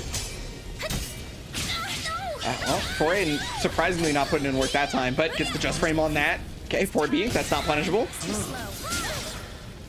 That is where you just take to the skies and say basically, hey, here's a free hit, but wake up, keep your stand still, nice tech, watching your legs properly, slice, and is there enough? Can she follow up? Oh, yes. Okay, good block on the mid right there, but there it is, the 4A, gonna finish it off. Okay, well, set point here for LS. No. Oh my goodness, maximum.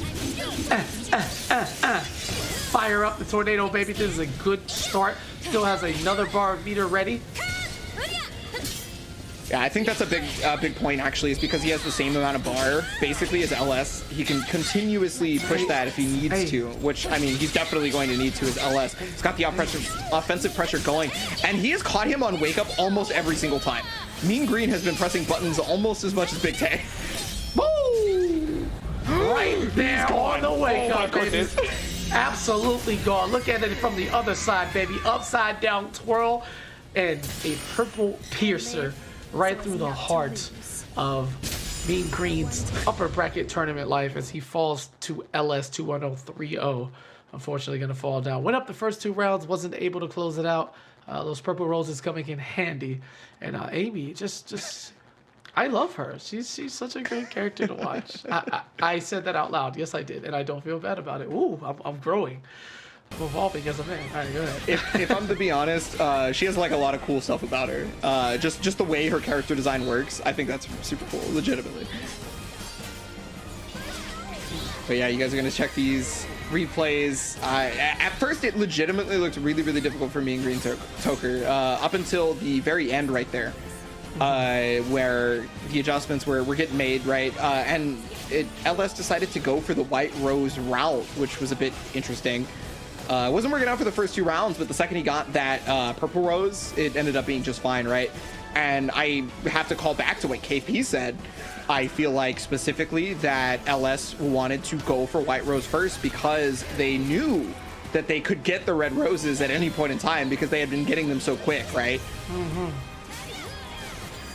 Yeah, just sliced up there. What seemed like a breath of life turns out to be a little bit more than just an extinction. Delaying the inevitable. Just excellent gameplay here from LS210, and yeah, man, the S ranks are coming through in these online worlds, man. I can't deal with y'all. Shout out to the people showing up with the Fs and the Es. All right, taking a look at the bracket here.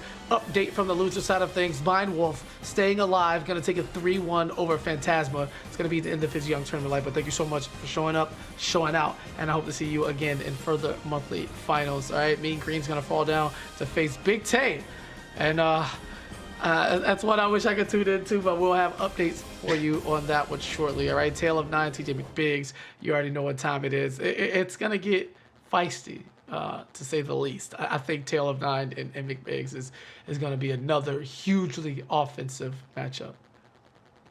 Yeah, I definitely agree. But, you know, before we get into those, we are going to ask you guys to go to compete.playstation.com if you want to join in on any of these events.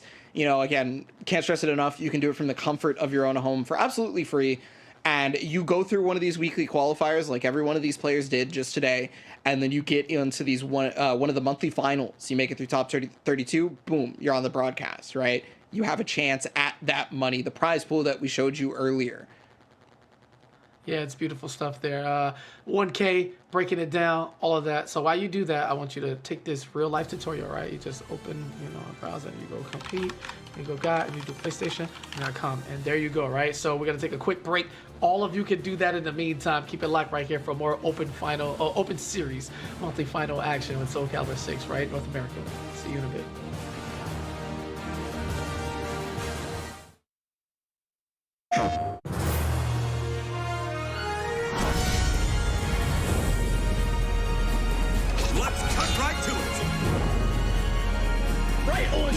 Speak it into existence and it shall be. Close your eyes. Don't get blinded by the light.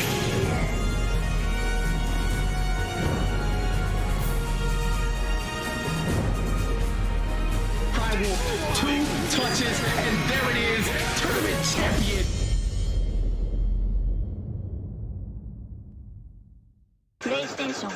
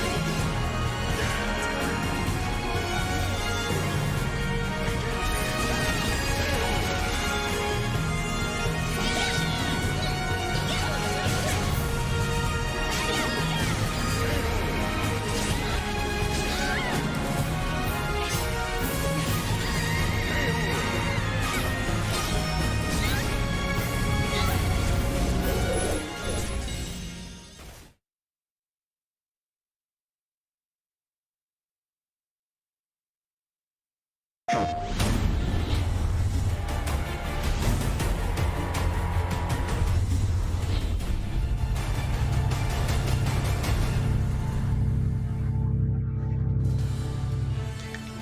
and welcome back to the PS4 Tournaments Open Series. We got more Soulcalibur 6 action coming to you pretty quick, actually.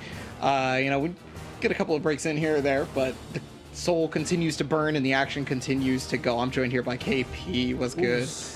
I'm chilling, man. I'm ready to get into the rest of this for the day. Like we said, right before the break, Blind Wolf was able to take it over Phantasma, so it's going to be the end of his run. Mean Green and Big Tay in progress right now as we speak, but look at the upper bracket semi, Tail of 9, TJ McBiggs. I think that one's going to be a flurry.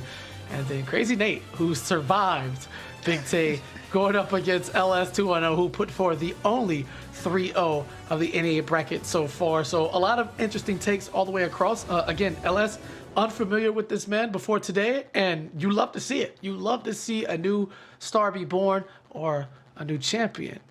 That's actually the theme of the day, as we had Yin take home the crown for Soulcalibur EU, breaking the long back and forth between Keeve and Rufus, the two-man exclusive championship, title passing to each other. Yin was like, let me in there. Maybe today we get somebody else. Yeah, it has been back and forth between, a couple of different people for the championships or what have you during the Open Series for Soulcalibur 6, whether it be EU or NA, right? But this month specifically has just been so different, right? Like, yeah. It's one of those things where I can no longer just be like, one of our previous champions will take it like they have been. We're expecting that or anything. Like right now, I fear for previous champions, like tournament lives, honestly. Well, that's why we play the game, right? I'm going to continue to repeat that time and time and time again. Just force it down people's throats, because that's just the reality of the situation. It'd be unfair to just crown somebody at the start. Let's do this. As we see that even previous champions haven't made it thus far. But 2B, Big Siggy, no surprises here. I don't know how this is going to end, but man, does TJ McBiggs look exceptionally clean all throughout. However, Tail of 9, when he's playing, Big Sieg, is a bit different. Battle 1. Fight. Well, I have no more predictions, because today has been just destroying any sense of knowledge that I have ever had. Yeah. We're just gonna keep it going right now. Oh my goodness, yo, why did that do so much damage?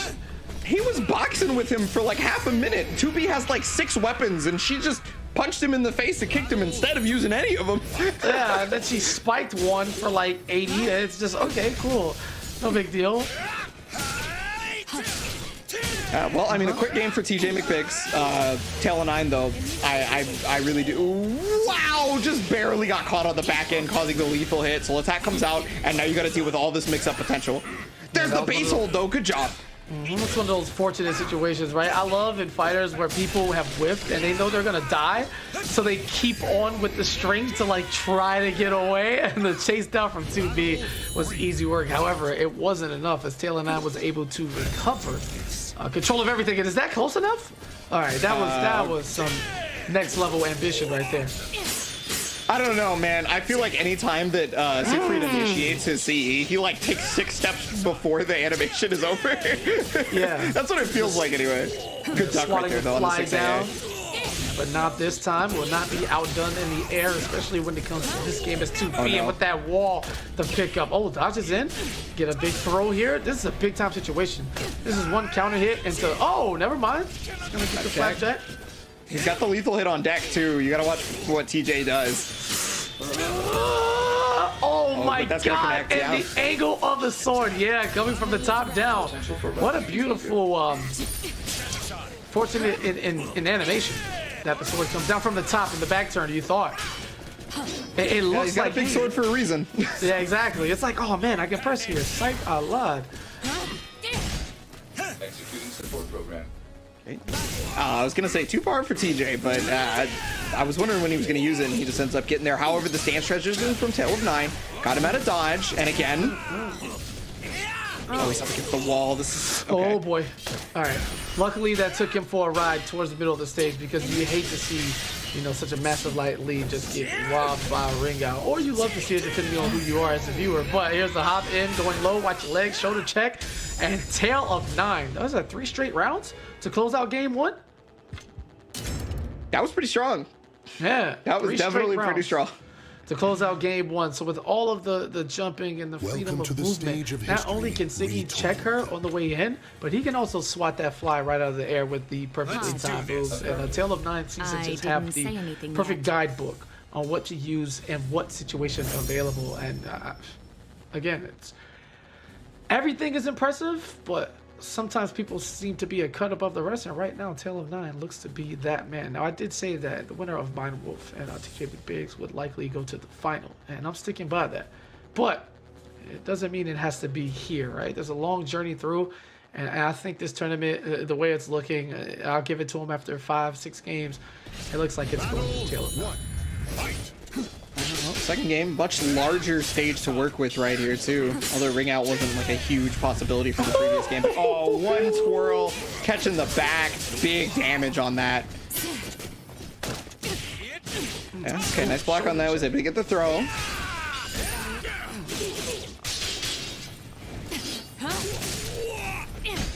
Yeah, you know, I feel like Tail of 9 has dealt with aggression shift pretty well so far.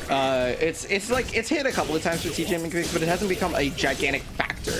Tail of 9 seems to be able to get around aggression shift pretty well, and also like he's been jumping out of like situations and stuff too. But oh, Dark Legacy Bubble's gonna get destroyed. The reversal edge comes out, and the resist impact to stop it.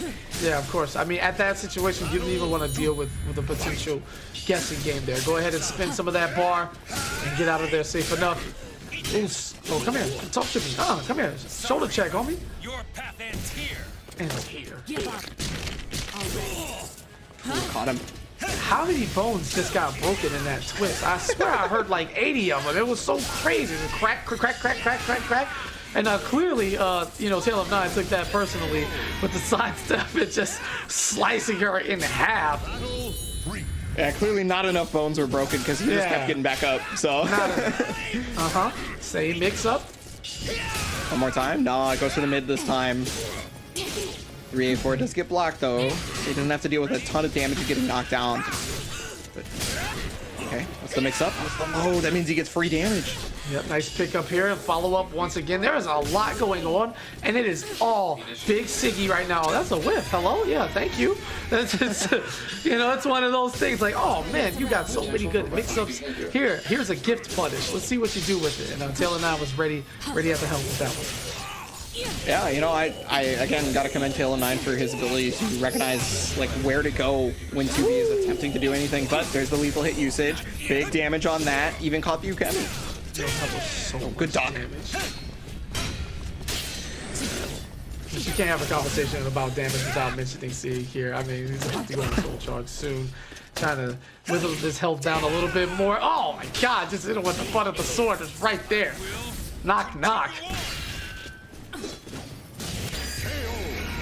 Oh, the full string. Wow, that's pretty rare for somebody to whip into the full string. But I mean, you know, Tail of 9 probably was like not expecting the whole thing to come out, right? I mean, you kind of had to, right? There was a second delivery for the free punish package, and this time he let the string rock in front of his face, and TJ knew he was gonna die in that sequence, so why not? Oh, the block shot, the denial, trying to dunk his way in. No. I think we got a spot on the defensive roster for 2B when it comes to the V-ball in the Caliber Olympics. Diving in, denied again. On the Caliber Olympics is cheating. I see. Hey, listen, Like, I don't want to hear that.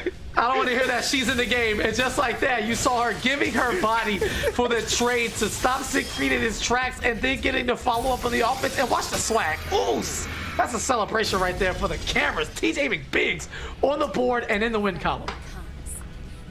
Yeah, I mean, it started pretty close, and then, you know, TJ got incrementally a little bit better as time went on, and then that last round, it was like just a clear hurdle above.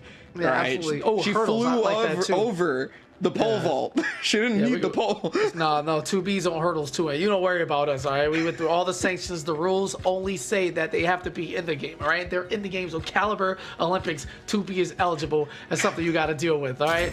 1-1 right now for both of our competitors looking for a guaranteed berth into the prize money. If you make the upper Welcome to bracket the stage final, of history the lowest place you can retold. come out with is third, and that's going to guarantee you a minimum of $200. So money match potential right here. Let's do Whereas the this. loser is going to drop down to the lower I bracket and have to didn't say play anything yet. into the fourth place game. So this can be the difference between 200 and nothing. And let's see who has the ability to tighten up and grab this set by the reins, take control. Yeah, well, I mean, it's a lot closer than it started out. I can tell you that much. It seemed like it was going to be one of those Siegfried shows, but which we haven't seen in a long time, by the way. Siegfried has been a lot lesser of a character as of recent, so, but not exactly the case. You know, TJ McBiggs bringing things back. It's just always like, how well does the opponent deal with like a base hold transition or, you know, the chief hold twirl, or excuse me, yeah, no, the chief hold twirl, I was right. Yeah, it's all good. It's just a lot of twirling and spinning and holds. It's all good, bro. Slice, come here, talk to me. Let's have a conversation. Back in the office, near the bamboo sticks, hit the concrete. Oh, no reversal edge, I'm out of here. All right, no respect here. Slice, oh, second chance. Tries to keep it safe, but just not enough for the team. Oh, TJ forgot that it's always going to be 2 hits on the kicks for Siegfried if he does reversal edge kicks. It is always going to be both kicks. It's not like when he does it manually where he can only do one of them if he so chooses. Hey. Okay, knockdown right here. I mean, okay, yeah, stayed on the ground, so the 4A was not able to put him into anything like guard stun wise, right? So that's gonna allow for the combo at the command grab, and oh, he got opened up mid. Yeah, he wanted to duck for it, but it was not the low.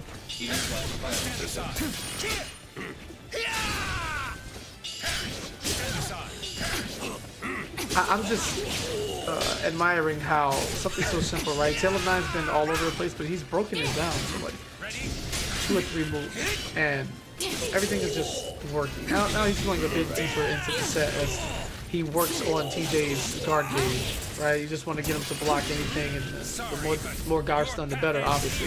So you're gonna pop that, slow you down, and no, I'm 2B. I'm gonna press first, but the duck under gets the follow up. Oh my god, so much damage! Did she go under that? Yeah, that could have been a precarious situation, but he was able to get out. Oh, the mix up right there. Not gonna be able to fully convert the combo though, and Soul Charge is activated. She was rolling on the ground and went under that. I'm so tight, but it doesn't matter. Dark Legacy picks it up exactly where it left off, and she can't roll under this. Easy stab, 2 rounds to 1 in favor of Tail of Nine, and oh, whiff. He actually tried to use the 1A to beat the Dark Legacy bubble, but it was too late because it was already active. So it didn't really end up doing anything. Unfortunate for TJ, but Tail of Nine will take that to the bank, of course. Gotta watch that 2 bar. Gotta remember that that's on deck, yeah. Oh, hello? Okay, there's something going on in the school of whippery here, and I don't like it. Will somebody please get a clean whip punish? Alright, well that's a block punish. It's cool. That's incredible defense so far because those mix-ups off of the side hold are all lethal. Yeah, no. see, when you're in Dark This is Legacy, big they're trouble. automatic lethal hits as long as they connect. Yeah, this is big trouble here because the guard gauge, I mean, you can't afford to block, you can't afford to get hit. That was all types of trouble for TJ Big Bigs right there. And Tail of Nine taking advantage of a precarious position there. It's just, once that guard gauge is like beaming red, you know you have to go to the moves in your arsenal that can cause a Welcome to guard the break. stage Now, of while your history opponent is retold. looking out for them, they also don't just want to press because that's how you get counter hit, right? Because you're still Let's fighting do this. the match itself. So when I you start didn't say adding these anything different yet. system mechanics and layers on top of layers, it becomes very overwhelming. And Taylor and I was able to take advantage of the situation and just get mixed up the clean way. And if he blocked it, you know, so what? He was staying safe and still working on that guard gauge as is. So good stuff to him. And yeah, that's going to be 2-1 in favor of Tail of Nine. Looking for the closeout set. I don't know. I mean, TJ's playing exceptionally good. Anything you're seeing in terms of adaptation or adjustments that may work in his favor? Yeah, for TJ specifically, he is getting rocked by base hold, which is the A slide B, where he kind of like slides the sword into the ground and then just is like sitting down to the ground. That move has been kind of just demolishing him, right? So really looking out for the situations where base hold is really strong is a thing. And okay, look, you notice that he's doing a lot of 2As, he's doing a lot of 1Ks to go under any sort of high attacks or to stop Dark Legacy. That's really important because there's been a ton of high attacks from Tail of 9. Tail of 9 has been looking for like 6A, which is the big, like, huge wall combo starter. Yeah. Great defense again. Oh, right back at you. Anything you can do, holler at me. We'll get some damage the old-fashioned way. When your opponent is blocking and then you can't open them up, you toss a throw in there and see how that works for you. Scoop, not having it. Oh man, got to it first. Follow up, walking towards the corner, but right back at you. TJ not gonna go out, just blocking this time. Switches to a more offensive. Yep, ducks under the high. Oh, and does not get the mix up there, but the Dark Legacy bubble. Just sitting in the rafters, waiting for its one job to get called up and used immediately. As Tail of 9 didn't want to take a chance there in a low life situation. That felt like one of those Plan B things because he dropped the combo originally. Yep. You know, you were supposed to do Wall Rising B, then KB afterwards, and he was just like, oh no, it dropped, it didn't connect, so I better just save myself. Dark Legacy is a pretty good save myself button for sure. Soul Charge comes out. Gonna get away from that flapjack, and I mean, oh wow, 4A! Okay, he just jumped in the air and Tail of 9 just swatted him. Hey, God! Yeah, you know what time it is. Yeah, that is a New York CPR. Ooh, hey. Yeah, Tail of 9, all cylinders firing right now. Yep, see, both kicks. He recognized it that time. And oh, even caught him out of the soul attack. Okay, no ducks on that for Tail of 9 this time. You know, he'd been ducking that AAA string several different times, but there's the base hold, and he saw it coming from a mile away, it looked like.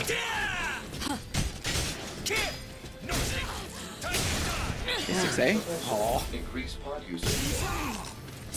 This is where it gets real scary right now for TJ. He recognizes that the Dark Legacy is a factor here, and it comes out immediately. One more mix-up. Oh, no.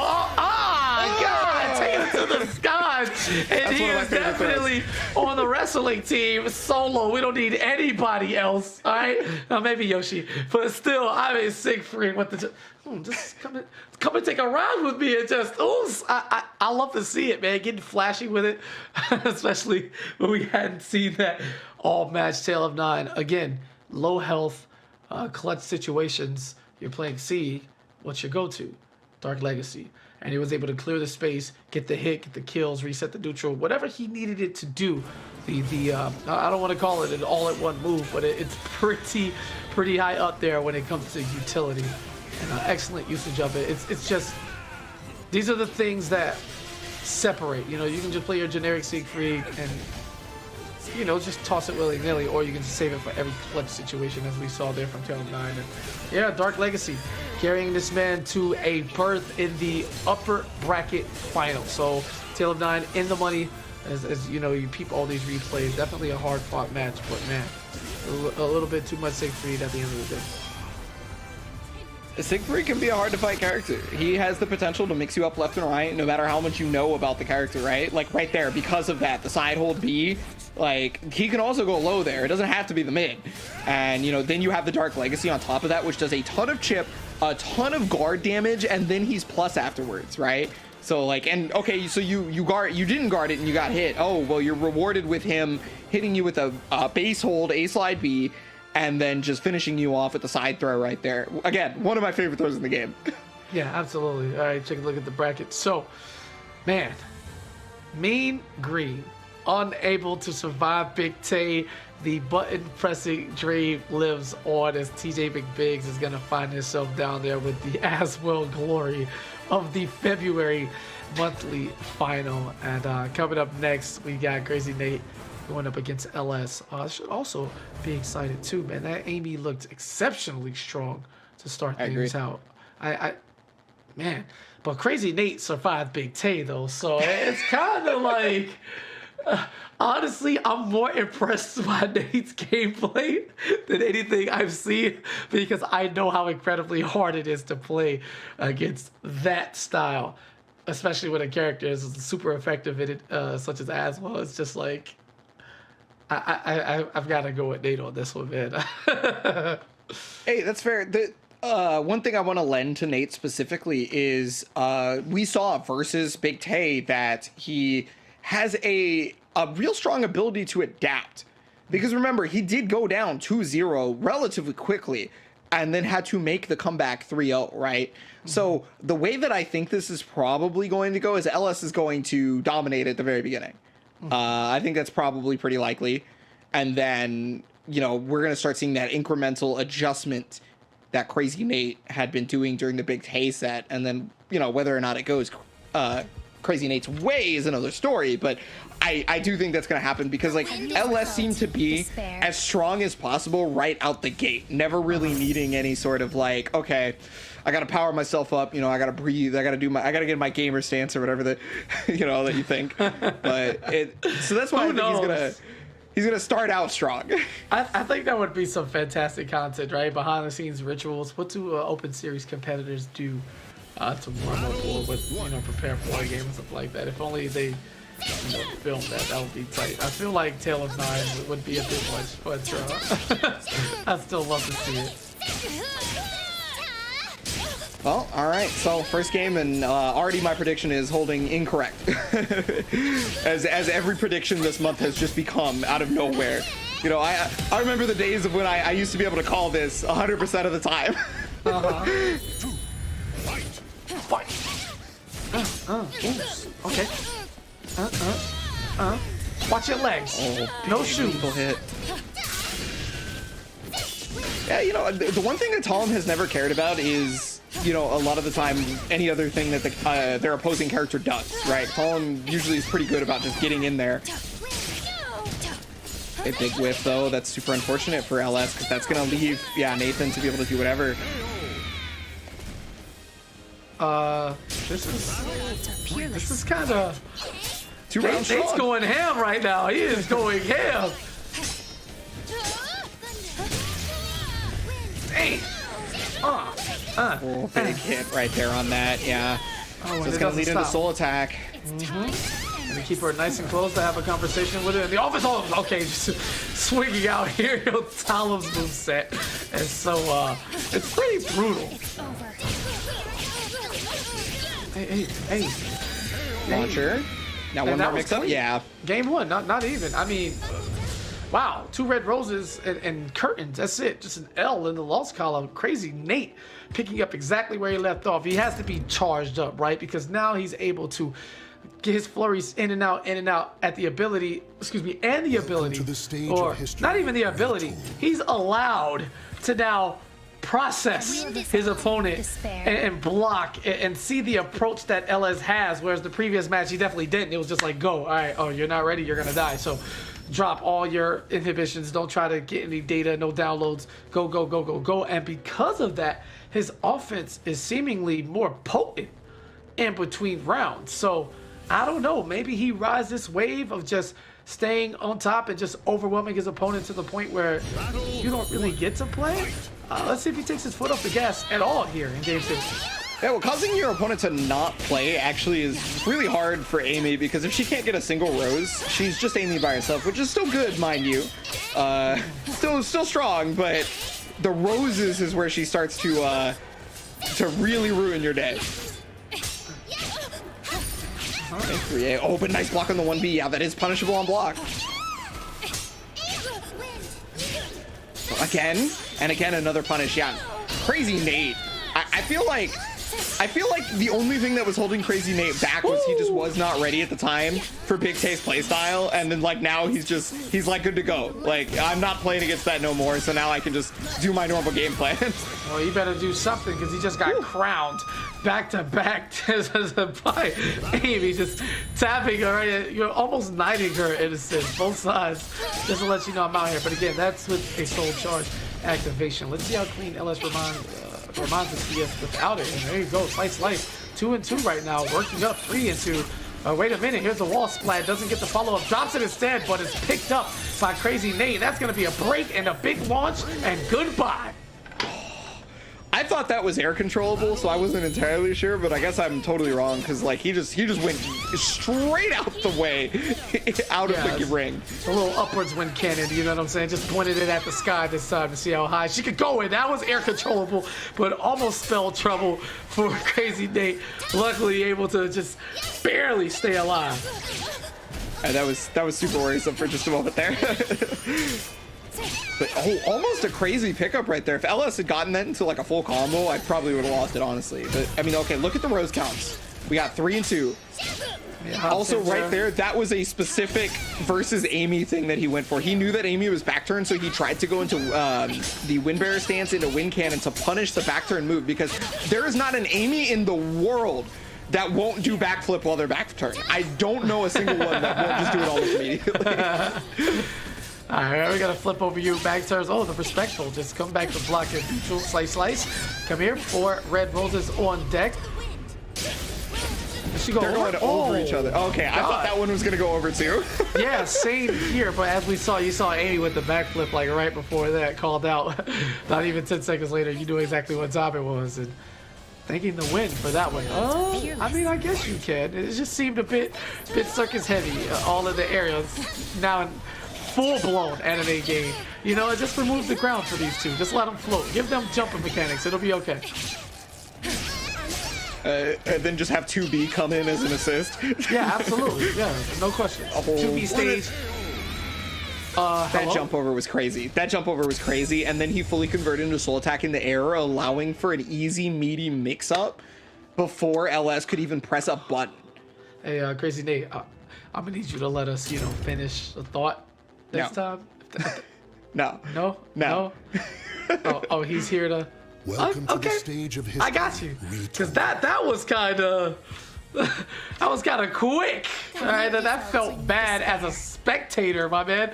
We sitting here joking about how they're jumping around and back and forth, and in that time, Nate is all business, no smile on his face. It was just a cook, just get him up out of here. I need my money on time. And that is a second game as quickly as he got the first one. Now looking to close things out. Will we get a change of stage, or will we get unlucky and end up in the same space again? Okay, so it's the Indian part. All right. So, I mean, obviously the verticality of the stage is quite large, right? it's real long. Just a little bit. But these two just fight up close. There's very little of... Like, if anybody's gonna run away, it'd be Amy, and I don't think she's going to do that, right? Nice bait. Two that has to be one of the rewarding feelings, man. When you know somebody's gonna GI and then you just watch them and they get the punish, it's so sick. All right, how about wow, AGI? the rare high parry. Okay, I guess he knew.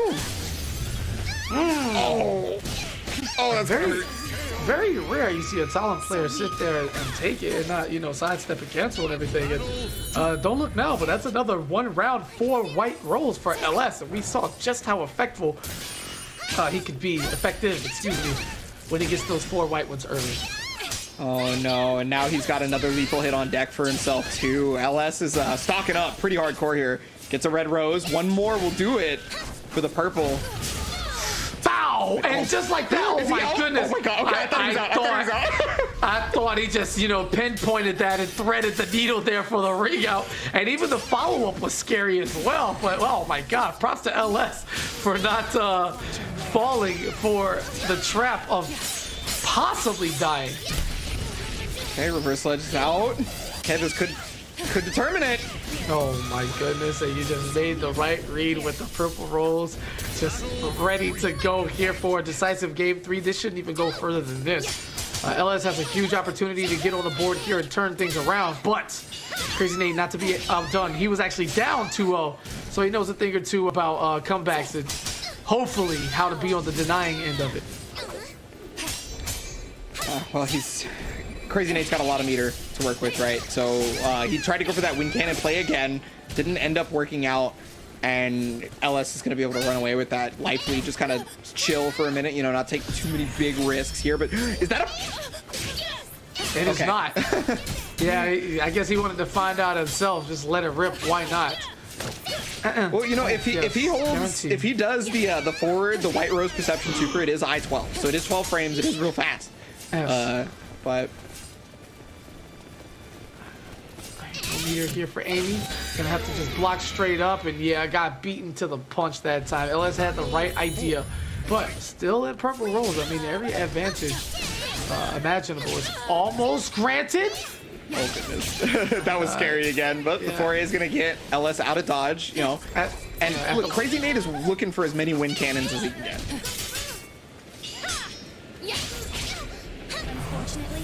Foray again, soul charge.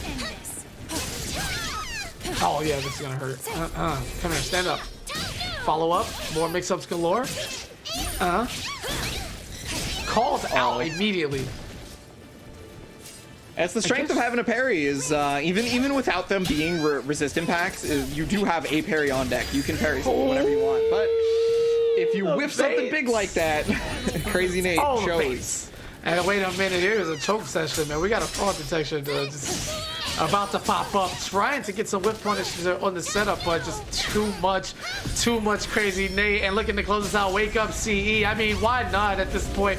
You're up 2 rounds. You have purple roses in the second round, and you haven't been able to close it out. 86 damage and builds meter. Seems pretty good to me. Hey, listen, man, she needs it. All right, here's a sidestep again. Nice follow-up, about to close on another bar beater. There you go, one more stack, and if he hits another CE, this should be it. No punish. And there you go, hit confirm into the counter hit.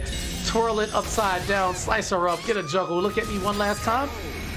And that is enough. Backflip into the water. Not quite. It's going to stay here. Not going to over-exaggerate on the CE finish, but it's going to stay alive. That's the most important part here. I love the adaptation coming in.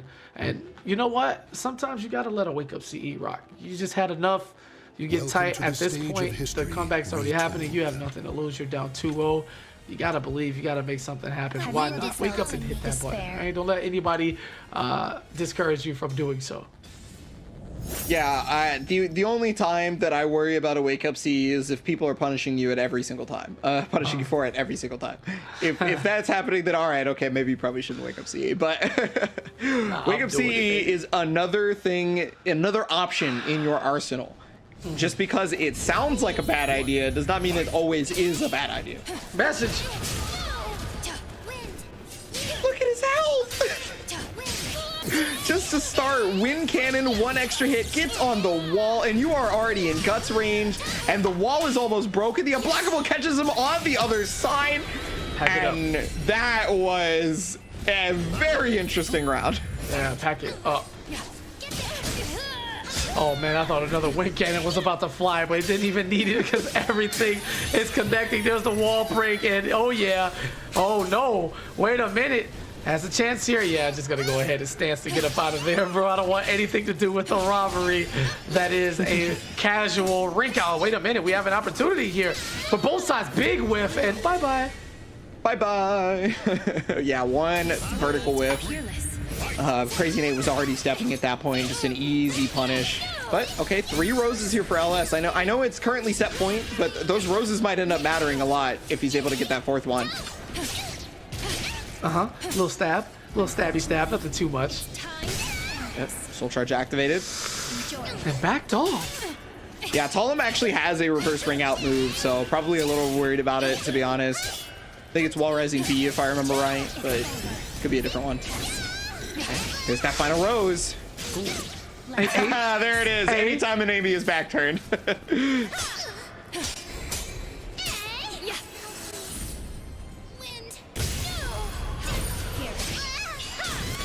Okay, denying the win. Yeah. Talk me through that sequence. That was crazy. Dude, okay, so I don't understand how he's been calling out high parry every time. Because normally, like, every Amy player specifically wants to go for the mid parry, right? Mid parry is super strong because horizontal mids are so prevalent. But high parry versus Talum, I guess, is, you know, it's pretty strong because high moves are a lot of starters for her now that I think about it. So high parry is actually maybe the way to go. All right, delving deeper into specific matchup knowledge here as you take a look at LS 888. Oh, no. Triple 3 more times and put a little style on it, please. I need a screenshot of that, right? When it freezes and the lights are on, and the flowers, the rose petals are just everywhere. Yeah, kind of unfortunate it's only available in Soul Charge, otherwise you'd see it more. Yeah, of course. Oh, I mean, we may see it again here. Soul Charge active right now, and he's already tossing roses. Oh no, it caught the step. As you see the run counter available, you thought that maybe, just maybe, LS would find a slimmer of hope, but it's all it. This is it. Curtains, baby. Nate, the crazy one, going forward to the upper bracket final. 3 games to 1. And while NA hasn't been wild with 3-0s and none of that, everybody's super competing. I just feel confident in Nate pick, man. He's a survivor. And he's carrying that flurry of offense on to the money, actually, as we get into these replays. Oh, my God. You knew exactly what time it was on that wall break. Look at the Omega launch. Just a little tap. It's so devastating, so demoralizing. Yeah, I mean, at the very end there, you saw specifically that LS tossed a rose to try and stop any forward movement from Crazy Nate, but it ended up actually going either under or just not fast enough that it could catch on Totlum, and so he still got in front and was able to get the full Soul Charge string to finish off that last game. And this is beautiful here. I know that's coming up later, but yeah, when somebody hits you with the RE and then you guess right, Satisfaction 2000 counter hit here, easy confirm, slice her up, all of the perfect stuff. You love to see it. Every single rose. Oos! Cutting right through the heart. Yeah, there's no chance of survival there. And tossing the roses. Big time situation here. Yeah, that was just too big of a whiff. You're looking at like 100+ frames of recovery in that situation that Crazy Day had to react. And for somebody of his skill level, easy money. And there was that clip right there where he tossed the rose. He attempted to stop the forward movement, but didn't end up working out. And so our upper bracket final is going to be Tale of 9 versus Crazy Nate. So that means that one person in the grand finals will be completely new to that section of the tournament. Beautiful. You love to see it, man. It's a new thing. I don't know what it is, but they passed a memo down, or they just watched the EU broadcast and they realize exactly what it is. It could be you. Never forget that. Make sure you sign up at compete.playstation.com to where you too can earn a portion of this prize money. You don't have to win in the weeklies. Just play enough, get far enough, earn those points to make it into the monthly final. Then you show up, you make top 8, and we'll see you here on the broadcast. All for free, no charge. You do it directly from your PlayStation. Everything's signed up. Everything's run through the system itself. It's a very, very lovely system, and you should definitely take advantage of it if you're a fan of Soulcalibur 6. Yeah, well, you guys learn about that system or take advantage of that. I do believe that is going to be a quick break that we need to take right before we get into the upper bracket finals and the rest of the top 4. So thank you so much for joining us, but stay tuned because it's only going to get even more difficult for our competitors after this.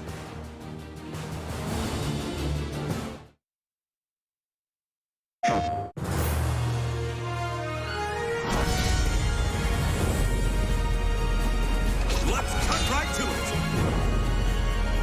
Right on cue. Speak it into existence and it shall be. Close your eyes. Don't get blinded by the light.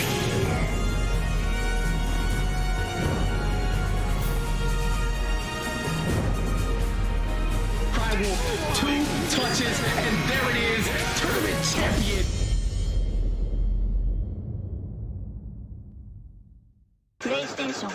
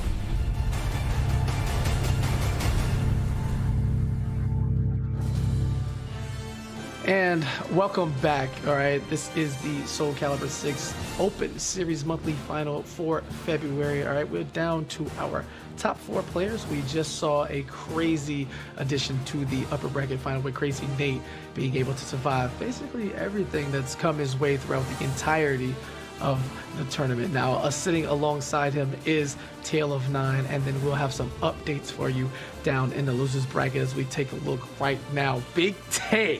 Oh my God, still alive, not to be undone, takes it 3-2 over TJ McBiggs. I want you to look at his tourney map, right? 3-2 there against Mean Green, 3-2 against Crazy Nate, 3-2 as well. My man is just down for whatever it takes. And then we got LS210 going up against Mind Wolf. That is happening live as we speak. That should be a very good one. I can't wait to see who comes out on top of that. But for now, we got Taylor 9 and Crazy Nate in the upper bracket final, which means at the very least, we will be having a new berth in the grand finals and the potential of crowning a champion that is yet to exist. We've had a little more mix-up on the NA side of things than we have on the EU, but I think Mind Wolf is the only returning champion still alive in this bracket. Tale of 9 has come exceptionally close. Crazy Nate right here knocking on the door as close as he's ever been, and it's just about to go on. So we'd like to hear your predictions. Tell me what's going on, who you got. Oh, 73.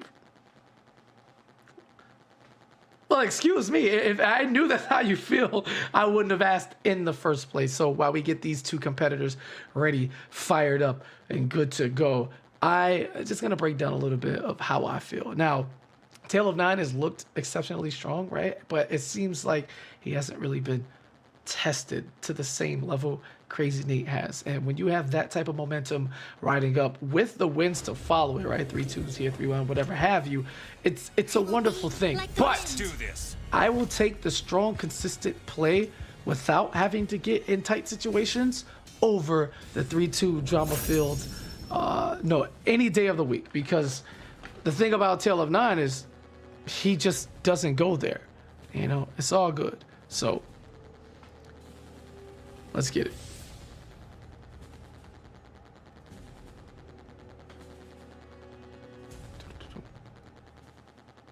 All right, connecting up. You love to see it. Intro's working.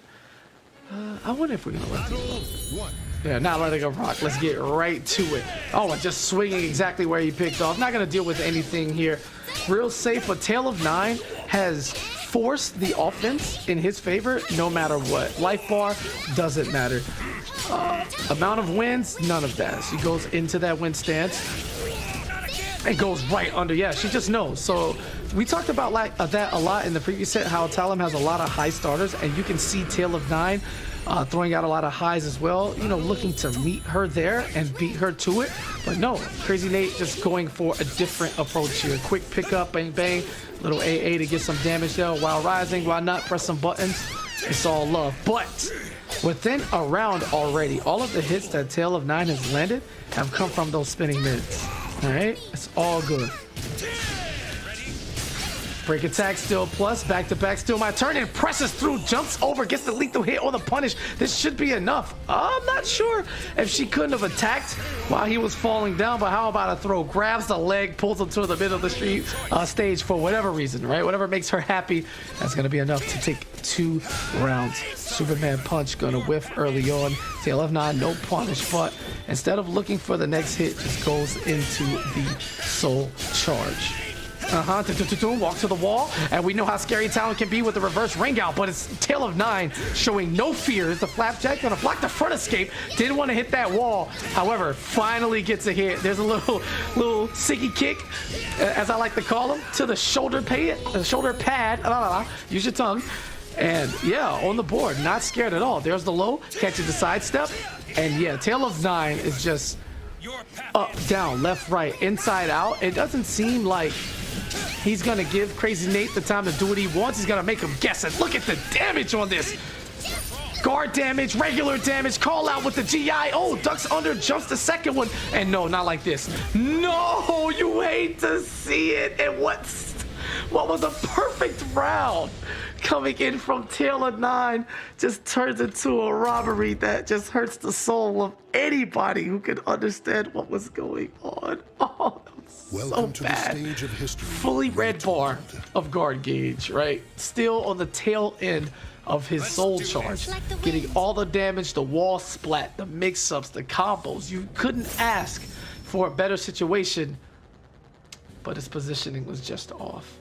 And with the slip of the wrist, Talon and her wind is gonna slip out of danger and into a ring out steal. It's one of Soulcalibur's lifetime mechanics, but I know it hurts. And I know every now and then people can appreciate a stage with no walls. Or excuse me, with all walls. Boxed in. Keeping it in. Dives in. No, sit down. You don't wild rise here. The only thing you're gonna do is block. Goes under GI. I think he got the wall at the top, so Sieg fell before. Not enough for a follow-up there, but I like it. The adjustment here. And look at that scarf is just flowing in the wind. Sieg with the swag. Look good, play good. And getting that lethal hit to remove some of that armor is activated. Dark Legacy popped. Ooh, and I don't care too much for your cancels. I'm not gonna believe you, or wait, instead I'm gonna call you out, and grabs the toes, flipping her over to the other side. You love to see it. Nice reset there. Getting the full damage from that combo. Nice reset again. It's just all adding up, ducking under these highs. And beautiful block. I'm sure you would have gotten the tech because that was going to be a back throw either way you cut it. Tail of 9 trying to get to the wall, and now a guess for the round. The sidestep K to call out. You love it, man. I just love the animation. You know, there's 8, 9, 20 different ways you can guess during an RE, and getting the proper one just always worth the reward.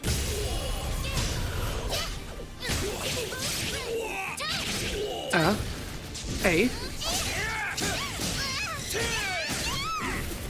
Okay, big stick, little stick. I love the call that. Swing and go down counter here. Watch yourself and your legs. Gonna get the follow-up. Nice interrupt there. And good reversal as you call out. The catch the recovery phase of the throw in the movement option. Tried to fire off the wind cannon. Nothing doing, but instead gets a sidestep and the wall splat. Back again. Double splat. And look at all of this damage. Goodness. Crazy Nate with the optimization. 2 rounds to 1, and he does not let anything slip. Any mistake he makes, he picks up forward and then some on the next available sequence. Oh, I can't believe that's how I come back, is the gigantic amount of damage on the wall hit. Yeah, it's okay, man. It happens to the best of us. We continue this on and diving over. We don't care about these lows. Talon wall, optimization. Let's hit it again. Looking for the reset. This time blocks the mid on standing, gets the follow-up, and Tail of 9 has a good chance to push this to a round 5, but he needs to stay away from that edge. Crazy Nate has been so good in those positions, and there you go. You love to see it. Keep it at neutral. Trying to go into game 3 at 1 game apiece. Yeah, it's definitely looking real close. Crazy Nate's going to be looking to soul charge pretty soon, I'm pretty sure. At least use CE to, okay, well, it ended up being soul charge. I was going to say, at least use CE to put him in block stun. Maybe it's both. Good lord, just using all the bar. Unfortunately for Crazy Nate, Tail of 9 has just taken advantage of all that. Woo! Oh no, not like this. Okay, almost put itself in a terrible position, but was able to survive somehow. It is what it is. Doesn't matter how it happened. Only matters that it did. Looking for the scoop. That looked like he was going into a flapjack. I'm not going to hold you. Those are some similar animations. And there's the guard break. Not going to do any of it. Big time trouble. Watch your legs. You hadn't seen that move yet. And the ground bounce. Woo! Wipe the sweat off the brim, and it's now 2-0 in favor of Crazy Nate, man. The momentum is just proven to be far too strong. Yeah, it definitely feels like it. I mean, and that's kind of been indicative of Crazy Nate throughout most of the matches we've seen in the broadcast outside of the Big Tay one. He just, the second he beat Big Tay, he took that momentum and he just never let it go, right? Like, he just kept going for it the entire time. I guess it's a big morale boost. I don't know. I mean, something's flowing in the bracket because I don't know if you caught the update, but Big Tay did survive TJ Big Bigs and beat him 3-2 as well. So he's still very much alive. Mindwolf taking it 3-0 over LS. And that sets up Mindwolf versus against Big Tay. So I don't know. We'll get to them shortly, especially if Crazy Nate continues to make quick work in the rest of this upper bracket, up 2 games to 0 over Tale of 9, making them look quite regular, to say the least. I mean, already got big damage right now. Another base hold coming in, though. Tail of 9 really trying to make things happen, but get caught stepping with the break attack. Now he's up against the ledge. This could potentially be real scary here. Oh, what? Wow. That was like he like glided. Yeah, that throw range? Yeah, that throw range. Yeah, absolutely. There's a magnet in the sword, in case you didn't know. It pulls those Tompas as closely as possible. All right, the Siggy kick right up top as she tries to jump around, not having it. And Tail of 9, all right, he's trying to fire up right now.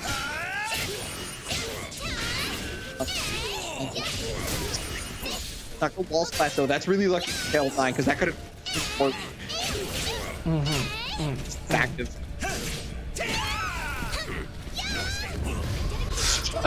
Is he gonna have time to block? Oh, he definitely tried something there, whatever it was. You saw the run counter pop up, and you saw both of those whiffs. It's like, okay, who's gonna get to their button first? It just so happens that Tail of 9 chose the win button. Yeah, he's in cheap hold stance, so he actually ended up. Can't block the stance, right? So correct. I thought was the next thing, get away from any sort of attack. But that is a horizontal.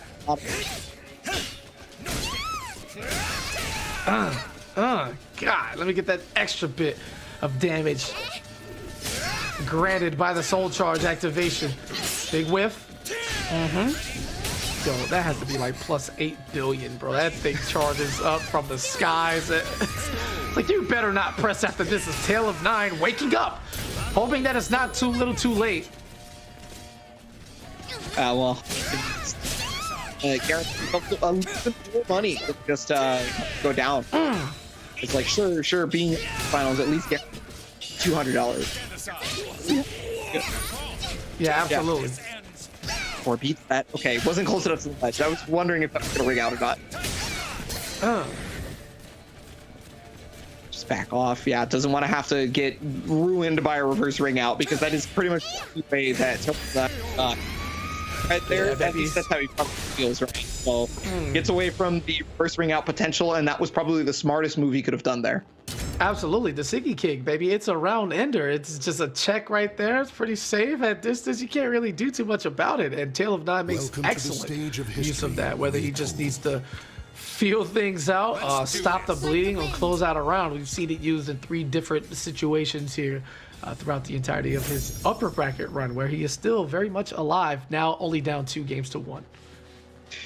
You're definitely going to need that for their morale. Wants to keep in this for sure. And I mean, I honestly wouldn't be like terribly surprised if somebody couldn't stop Crazy Nate, right? Crazy Nate is just tearing up, dude. Yeah, the chat certainly agrees with you. Upwards of 70+% all have Crazy Nate clutching this one out and making his way into the grand final. But oh, nah, that time the movement option's not going to be the right one. Big time launch there for Sig and an easy follow-up. Can you do the can? Well, basically, they didn't get the full thing. Can finally P6 give the stop. Crazy Nate being able to press buttons. That was like really button happy. That's what I feel like maybe the average column player kind of plays like right there. Oh, that hurts. Big damage so on Soul good. Charge. That hurts so good. Oh, it hurts. Oh, it hurts. Hey, duck under the highs though. Oh yeah, we duck under those as well. Right back at you. Try to dunk on me? No.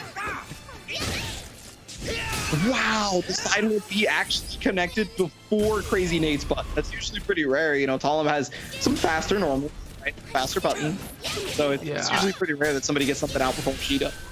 I definitely felt like a check was coming there on her entry, you know, at least the Siggy kick to the face, but unfortunately he isn't able to get anything out. Is this death? No, cans instead. And Can's put in a lot of work that round so far.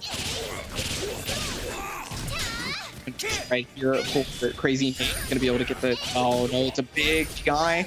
Another GI right back at you. Goes through the regular stuff. Yeah, I feel you. If it's only like a level 1 GI, you're really only using phase, right? But you may as well take your free damage.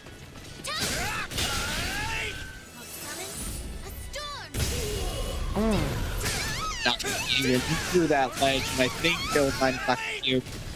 Crazy Nate, anything to say about it, but oh, okay. I forgot it. It throws you behind. Damn. Ooh, a lot of motion right there. I cannot lose. I'm not sure if that's in your hand. Unless you're about to prove to me otherwise. Yeah, gets out of there, gets the continuation just to stay alive. Plus 800 billion and the Siggy kick, baby. You love to see it. Again, it's an excellent closer. And Tale of Nine has gone to it time and time again, and what seemed like a continuation of the dominance from Crazy Nate resets the situation 2 games to 2-1 for all of the $100 worth of glory as entering on the winner's side of the grand final as the best position imaginable in any tournament you could enter.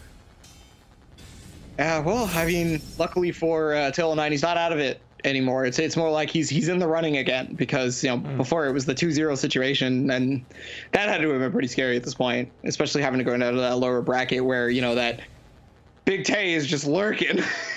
Yeah, I mean, I talked about taking Tale of Nine here because he was just dominating, right? Showing excellent performance throughout and not having to go to a game 5 where this is kind of big Crazy Nate's thing today, right?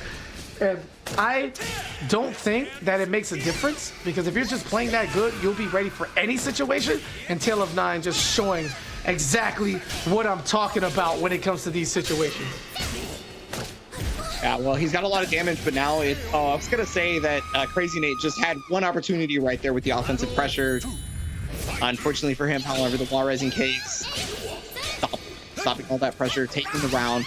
And again, wall rising case, the Ducks, I think he's starting to recognize what LS recognized was that a lot of starters for Crazy Nate end up being highs, right?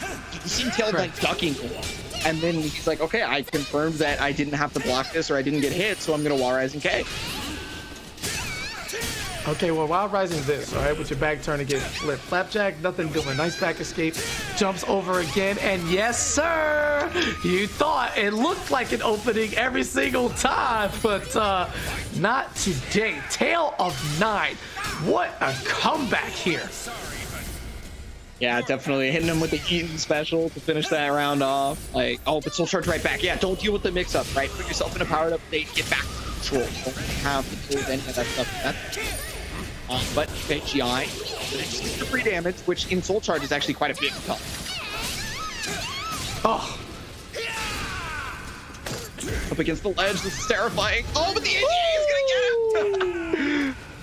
The casual ring out, just a slip off the edge, and Tale of Nine coming through, just making me feel so good about the predictions and watching and understanding exactly what is happening and entering into the grand finals on the upper side. You're going to need to defeat this man twice.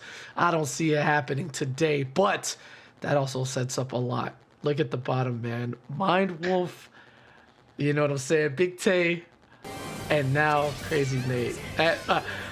I couldn't ask for a better Final Four this month. And getting into these replays, man, I'll let you take over the entirety of this since you missed some of the action.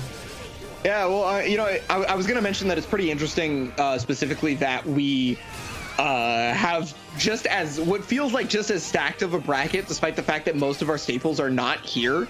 Right, the staples being like Tale of Nine, TJ McBiggs, and Mind Wolf. Right, those are our staples normally. But normally the bracket has more of those staples. This bracket, not so much. It's kind of different, and that we haven't had that in a long time. And yet somehow, some way, despite that fact, despite there being no staples here, it's just as crazy. Yes, sir. You know, that back turn, that flip. I love it so much. It's so disgusting. And then AGA, ooh. That's sadness right there. Literal, where are you going move. And man, once again, look at the drama all across the NA board. Only 2 3-0s, the entirety of all the sets, and just a lot of very steamy competition. And now my Wolf is going to run into a test like he hasn't been tested yet. It is finally his turn to step up to the plate. That is Big Tay. 40 years old, and his guard button does not work. So it is what it is. Are you ready to handle the onslaught of an Aswell who does not care for any human regard, not even including his own. Yeah, I don't think even mentioning that Mind Wolf is one of our previous champions will phase him. Big Tail will be like, all right, yeah, I mean, I'm still going to hit, you know, P plus K. I'm still going to hit that Muscle Buster. I don't really care. Like, yo, who won last month? Oh, okay. Yeah. You know what I did to him. So we can continue this on. If he can leave a just slew of champions in his wake, on his way to be so godlike. Like your first run into the Open Series, and then you just, all right, all these previous champions, they're nothing. I don't even care.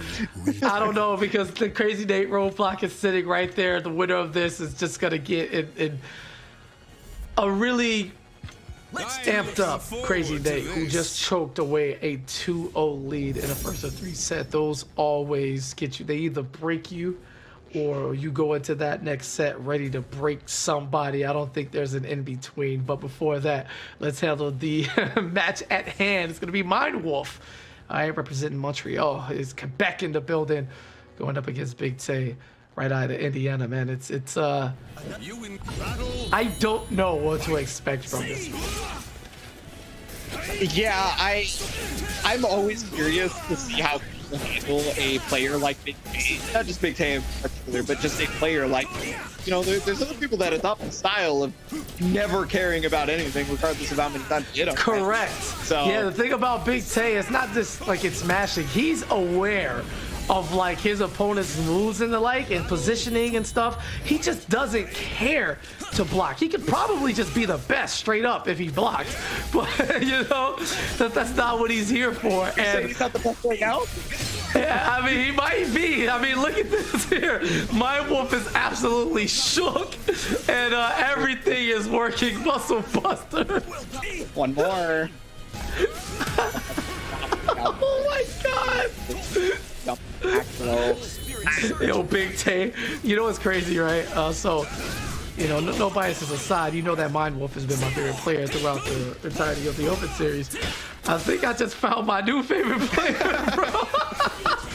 Hey, look, anytime this Tay wants to come back, I think that's absolutely. Yo, Big Tay is mixing. Everything is working. He doesn't care that his mix-ups can result in him getting punished. No. He just swings for it, and, you know, it's working more than it's not, and jumps in between the big stick, little stick, and the tornado. All right. Yo, he's styling on him now. I can't take this. I don't know what's happening. Yeah, I mean, yo, look, Mind Wolf, I totally feel how Mind Wolf like probably is going into this, because this is how Aswell is built as a character, as designed, right? This character is a walking 50-50. And listen, so man, Big Tay just sat down in his chair and he was just like, well, okay, this is the strength of the character, right? So this is just what I'm gonna do. And listen, it's the proper way to go, I feel like. I'm sorry for trying to get a word in, but I've watched a many of Aswell players from all over the world since this game is launched, and not one have I seen as wild as Big Tay. So let's see what's going on, man, as we go into game 2. If Mind Wolf can make the adjustment, who's actually likely been the best adjustment player in all of the Open Series in NA. That's record on top of that.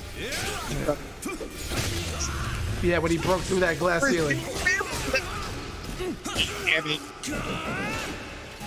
Okay, the wiggle stick. Oh, shots! Oh no, sit down.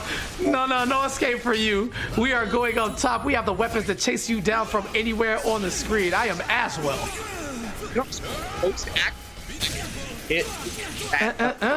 That light, you know, that witness, they're muscle bust. So the pick on a 90.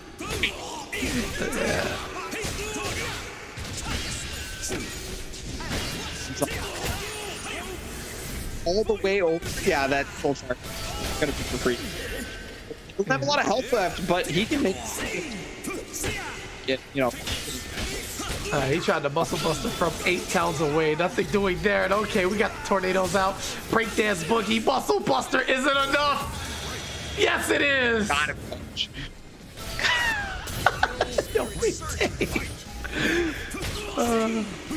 Yeah, you know what's wild about that tornado too is it's like -20 on block. So like one incorrectly timed tornado for Big Tay would have just been like, yeah, but he doesn't care. Yeah, that's what I was gonna say. Here's the thing: do you realize that he does not care?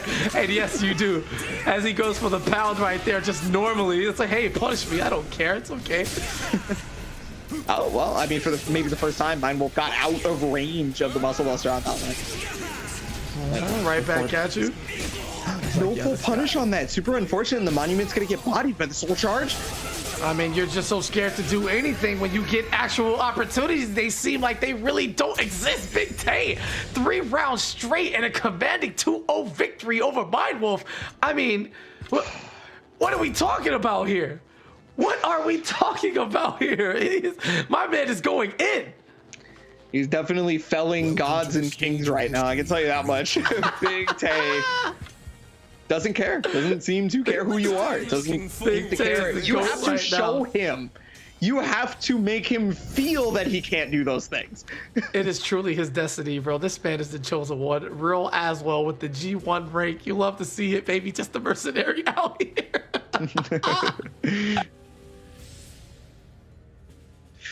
Okay, two games. Like, you're gonna have to make a big comeback right now if you're Mindwolf. You're gonna have to find out exactly what everybody else found out. All right, it's time for Keelik to start letting his big stuff fly, bro. Just throw it. There you go. Wiggle stick. Get some stuns. Oh, wait a minute and get opened up. Lethal hits galore. Let's take it to the edge. Gotta wait for you a little bit to see if you want to roll. Uh-huh.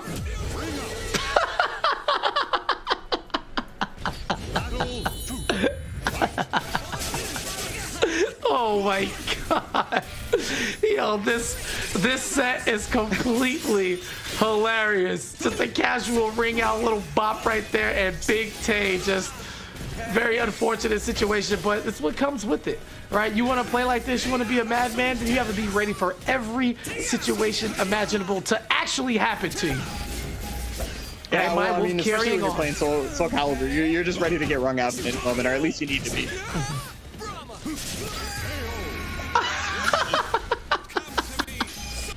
Yo, what was that jumping leg split? Yo, Keelik a cheerleader out here now? This is the time for that, right? Your tournament life is on the line here. Old protagonist, old savior of everyone. I need you to tap into that demon and do something about this, Mindwolf. All right, that's what I'm talking about. Watch your legs. No tech, get scooped. Oh, yes. Pretty much every match that we see Big Tay lose is like a perfect, because it's one of those things where he's just getting counter hit left and right? But like when Big Tay wins, he's just like completely oppressing the opponent. Yeah, he's just gone right now. That's exactly what's happening. But if you noticed, and the same thing with the Crazy Nate set, excuse me, butchering your name, good sir. When Nate decided to just go full-on aggression and stop trying to use any type of layers at all, that's when he was able to turn it around. And Mindwolf here has to go to the same thing. Nice pickup, and just like that, you know, Mindwolf left the throws and the side steps, all of that stuff. He left it behind him and said, okay, we are pressing buttons, and I believe you. So I'm going to press mine first and at better ranges. That's literally the game. You just gotta range Big Tay, because as much as we want to laugh at his inability for caring to the defensive part of the game, his spacing is actually really good. And he's getting a lot of these mix-ups, forcing his opponents to guess off of whiff situations and being just out of range of his opponent's normal. So don't think you can just like be Big Tay. You really can't. Like, you can be one part if you just want to press, cool, but he actually has some very decent spacing on top of that. It's really important as an Aswell player, I feel like, to have that sort of thing going on for yourself. So I can't be terribly surprised that Big Tay is at the very least practice in making sure that his spacing is good. But look, you're gonna need something a little more when you're stuck at the ledge. And okay, so he finds his way out, and he actually gets the break dance. Oh, the taunt and everything too. Big Tay feeling it. Yo, he does not care. He does not care. Of course, yeah. Call it out. Of course, he was gonna do that every single time. Okay. That's right. What a parry! Yeah, but it worked out for him. The fact that that move missed gave Mindwolf another opportunity at an AGI. This time he was able to follow up and get the launch for a combo. All right, Soul Attack, anything that you need guaranteed, you're going to find it here. It's just a matter of getting the opening you need. Yep. Big punish, yep. Talk to me. You cannot be -12 versus this character when he's in Soul Charge, otherwise you just take a chunk of change. It was coming, bro. I mean, he was gonna, like, there is no deterrent to what they can do. There you go. Just every single time, Mindwolf has got it figured out. And outside of that casual robbery of a ring out, we are seeing the Crazy Nate set being repeat by a different man. All you have to do is check the tapes. Yeah, well, I mean, once you start figuring out how to just allow yourself to counter hit Big K over and over again and understand that, like, hey, it's not going to change. So you just need to keep doing what's not broke, right? Like, don't fix it. Keep going. Yes. Slick little reset in there. Cause another grab. Here's a launch. And yes, sir. Mindwolf is now picking up, but he is in trouble. You know he's going to go for the mix-up again. Oh, my God. Both rounds to the breakdance. Oh, my God. It hurts to watch. Ooh, okay, well, oh, that's actually best case scenario for Mindwolf, because he could have taken a lot more damage, and then he gets the unblockable. Okay, yeah, when I said it was best case scenario for Mindwolf, I didn't realize there was a better case. Oh no, here's an even better case. Soul Charge, when you know that he's gonna do a -12 move, it's just gonna come. You know it. Oh wow, he actually knocked him out of CE. Not gonna end up mattering though, as Mindwolf gets the pole vault on the way up. Slide finishes off. We are back at 2-2. Listen, that was a completely dominating round from Mindwolf. The only difference being the two breakdance ringouts. And just like earlier, man, I cannot believe it. These players, I guess they're so accustomed to the respect and the conditioning and all of those things that make you, great. They weren't ready for a flurry of offense like this, and now they've had to drop their own guards and play in a way that's probably uncomfortable enough for their tastes, but all of those practice hours of these counter hit situational combos, the big damage starters from the lethal hits, all of that is now coming to fruition. So it's great to have that in the block from every situation, every move, and you just see it time and time again as Mindwolf has woke up. Decisive game 5. What's it gonna be, right? Is it overwhelming power of Aswell, or does Keeling have a bit more potency in his offense? I mean, anybody getting hit by a Keeler's wall combo is not going to have that much offense, but because it was off axis, he actually couldn't do the full conversion, meaning Big Tate took maybe a fraction of the damage he would have off of that wall combo. Wait a minute. He's looking to mount a comeback here. There's the breakdance again. There's the spacing.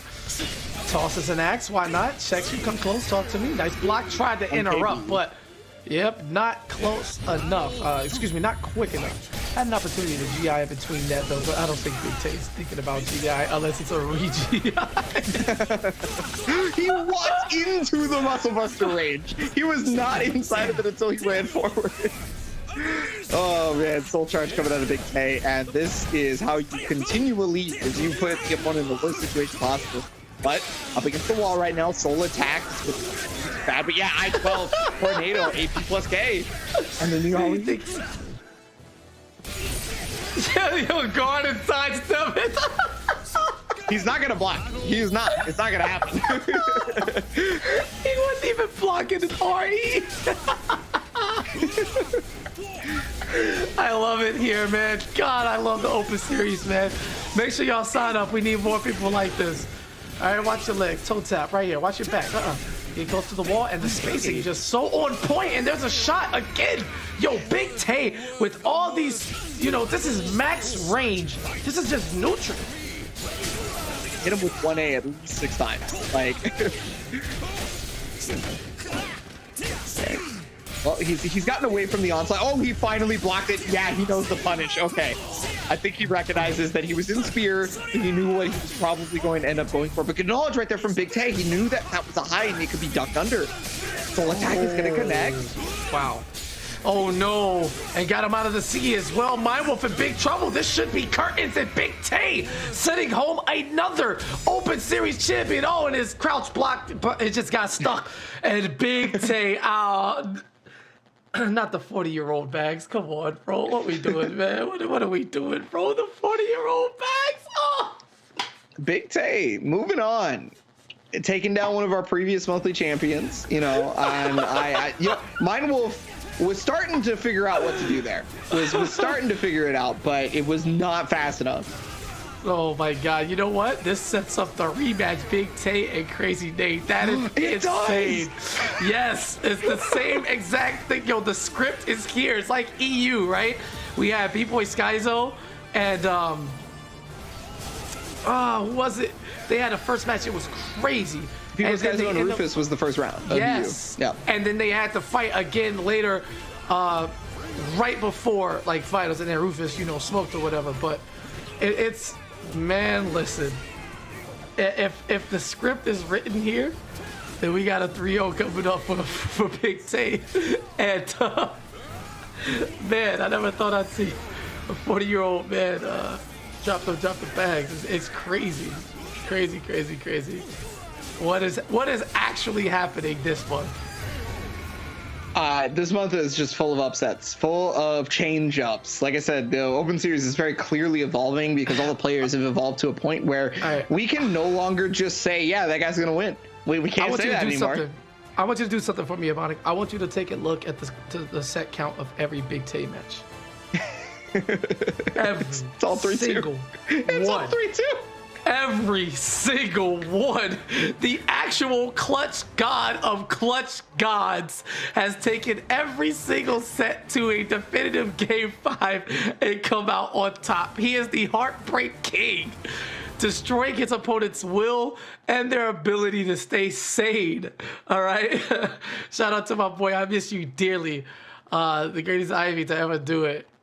And we got Crazy Nate. Just tell me they're already ready. I don't want to talk anymore. Yeah, well, I mean, look, there is one thing we do have to note. It's important to know that Crazy Nate was the person who put Big Tay in the losers in the first place, right? Yeah. That is, I feel like, a very important factor because he was the only one so far to fully clutch it out over Big Tay. The chat still believes in him, which is crazy but understandable because that 3-2 victory from Nate was actually a reverse 3-0. So I don't know how much is left in the tank, but Big Tay is firing on all cylinders. He's got that loser's gas on him right now. It's like, hey, look, bro, I can't lose anymore. Now, higher and higher into the money, every match worth $100 or more at this case, because whoever makes it past this is going to have to defeat Tail of Nine twice for a shot at that 400. But, man, what a tournament, man. It's a singular story at this point. We all know what it is. You all know what we're here for. It is Big Tay and Crazy Nate, the reunion. Is this a reunion that they wanted, though? Or well, okay, hey, listen, man. Big Tay probably wanted this reunion, right? I didn't say it was wanted. I just said it was a reunion. That's all. I left it open-ended. Yeah, I guess reunion doesn't imply that it's a positive reunion. Correct. Oh, man, yeah. Well, I would like to see whether or not that Crazy Nate could actually get into that mode immediately, recognizing that Big Tay is going to get counter hit over, and then never changing up the offense until he actually starts something different. Because I think it's too important to forget that, especially coming into the losing set. I mean, listen. It looks like more of the same early on. Just everything to deny Talim entry into her safe space, which is right up close, exactly where she wants to be, where all of her mix-ups come into play. And look at this big damage. Yep, goes for the whiff right there. It's going to get scooped up. I mean, you knew he was going to press something, so Nate was able to get it. It's not even a sidestep. It was a half moon. He went all the way around the back that time to get the throw animation there. No chance of a break. Oh, and he even called up Yari with the just frame break attack. I mean, look,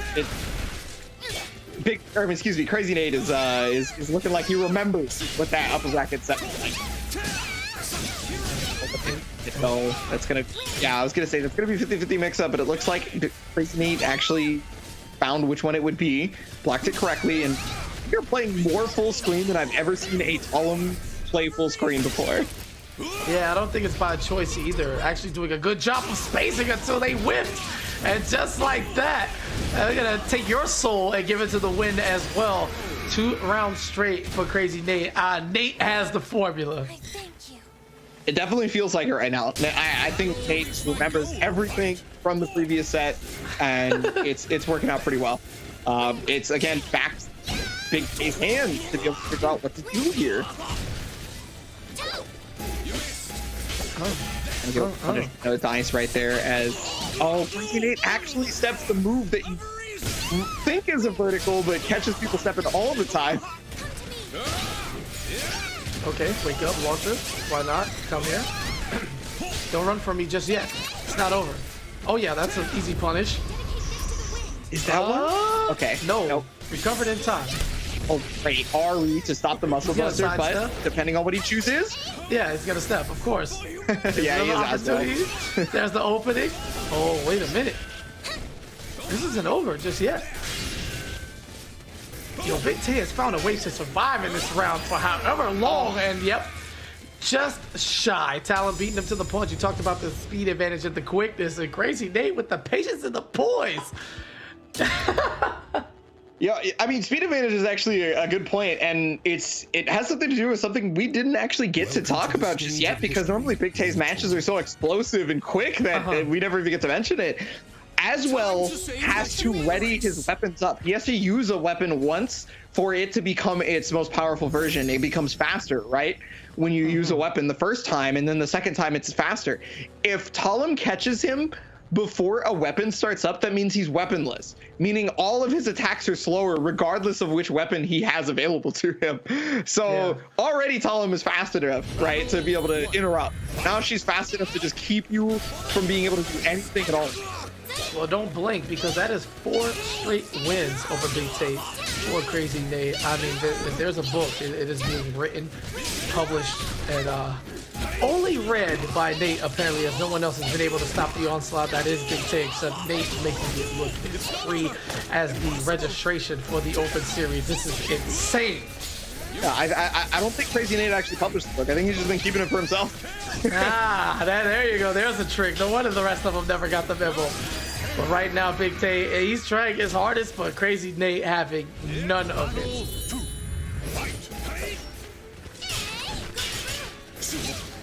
On the 6-speed transmission, not dealing with any of that stuff, just kind of backed off. This might actually be the evolution we're seeing from Big Tay. You see the spacing right there and the slow down? That was the least amount of buttons and the most amount of movement I had seen from him so far. And it might be required. It might be exactly what he needs to go through right now. Oh, but getting caught out again and again. Counter hits the floor. I mean, nothing else is new. Nothing else is new. And what went from potential explosive blow up went to Nate's had none. And it's just, you thought you would get one thing, and you really didn't. The only thing Tay is getting is opened up time and time again. Oh my goodness, everything is just working. Why not? Counter hits everywhere, not dropping any of the combos. Ooh, impact break on that too. Trying to catch the steps with the Beyblade as much as possible, but you gotta remember, whenever Aswell uses that move, it drains the soul charge! Oh my goodness, don't wait, excuse me? Oh, okay, yeah, okay. Rare drop, and Nate going for the critical edge there, just got axed right out of it. Very, very lucky situation for, well, everyone. I think this is the first time I've seen the rare beads of sweat drop down Big K's face. Because we hadn't seen a drop yet in any of those situations, right? And so it happened, it exists, it can happen. Yeah, not at all. It's just because he's getting so close to the finish line now. I can imagine at this point, you get this close, you know that you can do this. And there we go, back to everything working, able to tie it up. Matter of fact, take the life lead, watch your legs, act straight. And just like that, Big Tay looking like the Big Tay of previous rounds. Well, I mean, hold on. Oh, okay, maybe I shouldn't say hold on, because the second I say that, he gets lethal hit every time. I feel like I've cursed it almost every single time. Unfortunate hitbox situation there. Pops it. Let's get into it. Soul charge. Oh, yeah. I need it all to add up. It's going to back off. You can charge for almost free. Going to eat a knockdown, but it's still healthy chip damage there on that Beyblade.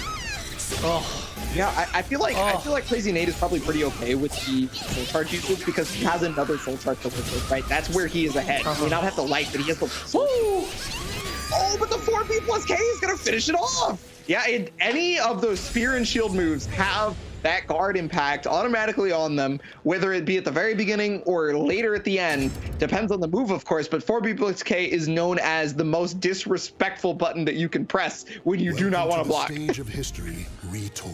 well, disrespect. Sign Big Tay up. It's all there. Although we haven't seen much act from him outside, in the game movement. He's kind of just like chill. So you can tell he's taking Nate very seriously. Not to say he isn't the rest of his opponents, but this one feels like it has a little bit extra on it. There will be no 2-0s. Back-to-back slugfest, one game apiece. Somebody, right, is going to step a bit higher than the other and try to pass down the knowledge, but I don't see it right here. I think if that last game is any indication, Big Tay's waking up. Yeah, well, I mean, he's gonna need it. This is the person that put him in low bracket, right? You are fighting for an extra $100 on step. Yeah, I mean, but this is the class of pure offensive flurries, and I don't think anybody's doing it the Big Tay. Look at that, passing the knowledge down round by round. Look, this is where you duck. This is where you come with the launcher, all right? This is when you hit your wild risings. Oh, that's every time you duck, by the way. This is when you throw, never, all right? You just gotta mix, so you go from there. Oh my God. And that, yeah, big hit right there. And you know, we talked about one of the ways that specifically that fighting Big Tay is very strong and that a lot of people do. And it's that it's, you know, of course he's going to get counter hits if he's pressing buttons, but if you can never get to the position where you're allowed to press buttons before he does, how do you counter hit him anymore? Like, how do you stop him at that point? I want to even give him some more props. I don't know if you saw at the end of that last round, but once Nate kind of realized it was over, he tried to bait him into coming close to the edge, and Big Tay just refused. He backed off. Then Nate tried to press a button. He got space, and my goodness, class was supposed to be in session. But Big Tay said, no, I'm going to give you the whole packet, and I'm going to send you home to work with it. Out of my face. I don't want to see you. Quick, flash, and in a hurry. 2-1. 2-1. Welcome That to the stage of was history one of the faster retold. games that we have seen all day. I think this is it. Looking I think this is the end of Nate's rope. Hopefully, you know, he can make me wrong on that, you know, for his sake and for the sake of fantastic competition.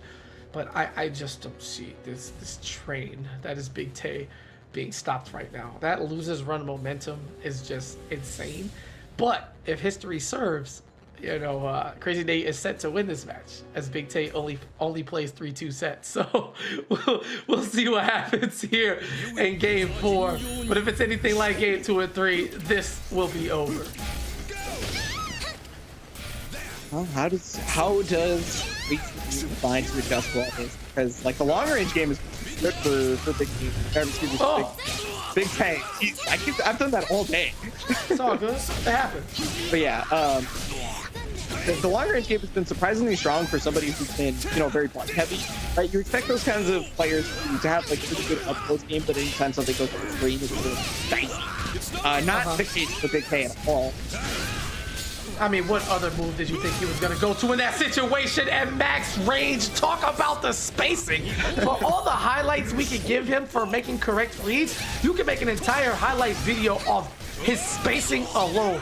That is the separation from your typical masher online and what Big Tay is able to do with this wildly impressive offensive flurry. I actually can't get enough of this. This is sick.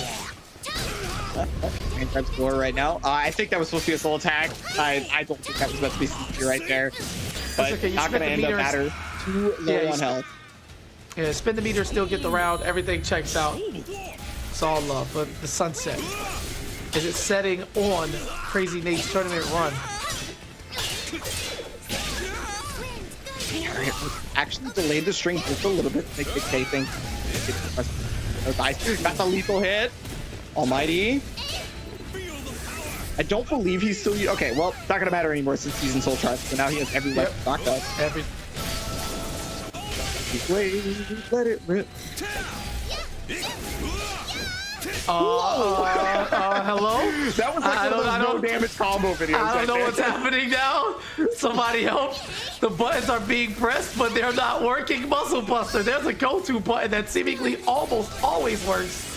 That's -12, but no punish right there. He was trying to get that lethal hit going. Oh, absolutely. We saw it earlier in the event, and I was going to combo right into CE, but there's the taunt, and Big Tay knows that death is imminent for Crazy Nate. Has to turn it around here. Oh my God, another tornado. He just doesn't care. He's just going to do it every single time. Big bounce on that mid. Punish, but not too much. Who cares? Power of reason. And the knockdown right in front. Okay, let's do it. We want to get supercharged. Let's stay charged up. Like one of the scariest situations to be in while Asmo is in your face when he's up with the charge. But call him. Using that full touch to great effectiveness right now. Got the unbreakable command grab. Oh, yeah, that was almost a terrible situation for just about 2 seconds there. It could have been real bad. Yo, Man, Punch is gonna get 4 people's K. It gets blocked. But only one more mix-up is required for Big K. I don't think he cares. Oh, he tried to dunk on him in the straight axe to close the door on Crazy Nate's. Oh, wait a minute. He kept it quiet up until the last sequence, and Big Tay is going to bag his way all the way to the grand finals. Now, here's the thing.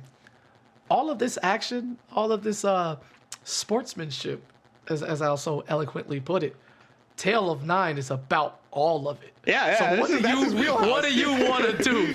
What do you want to do? This type of gameplay, this type of approach, none of this is going to affect the mind of a Tale of Nine, but more on him in a bit as we prepare for grand finals. Check these replays out. You know exactly what it is. Movement every time on an RE. He is going for his big sub, and there is nobody can stop it. Nobody. That's at least what it feels like. Nobody could stop it when Big Tay gets started. It's just like, how? What do you do? He's on like he's like 4 parallel universes ahead of us. He knows. I mean, he took the save humanity thing, probably literally, and Big Tay looks like he is having some of the most fun that I've seen anybody have with the character that they're playing. But man, this grand final, I'm ready. Because this is such an evenly matchup in every way imaginable, and Tale of Nine is so with all of it. So let's get it, man. One last look at the bracket. Your grand final has been set. Tale of Nine making it through the upper side. Big Tay breaking his game 5. I don't even want to call it a curse. He won all of them, keeping that streak alive. Oh, excuse me. No, he lost the first one. Keeping that streak alive. But yeah, let's take a look at it, man.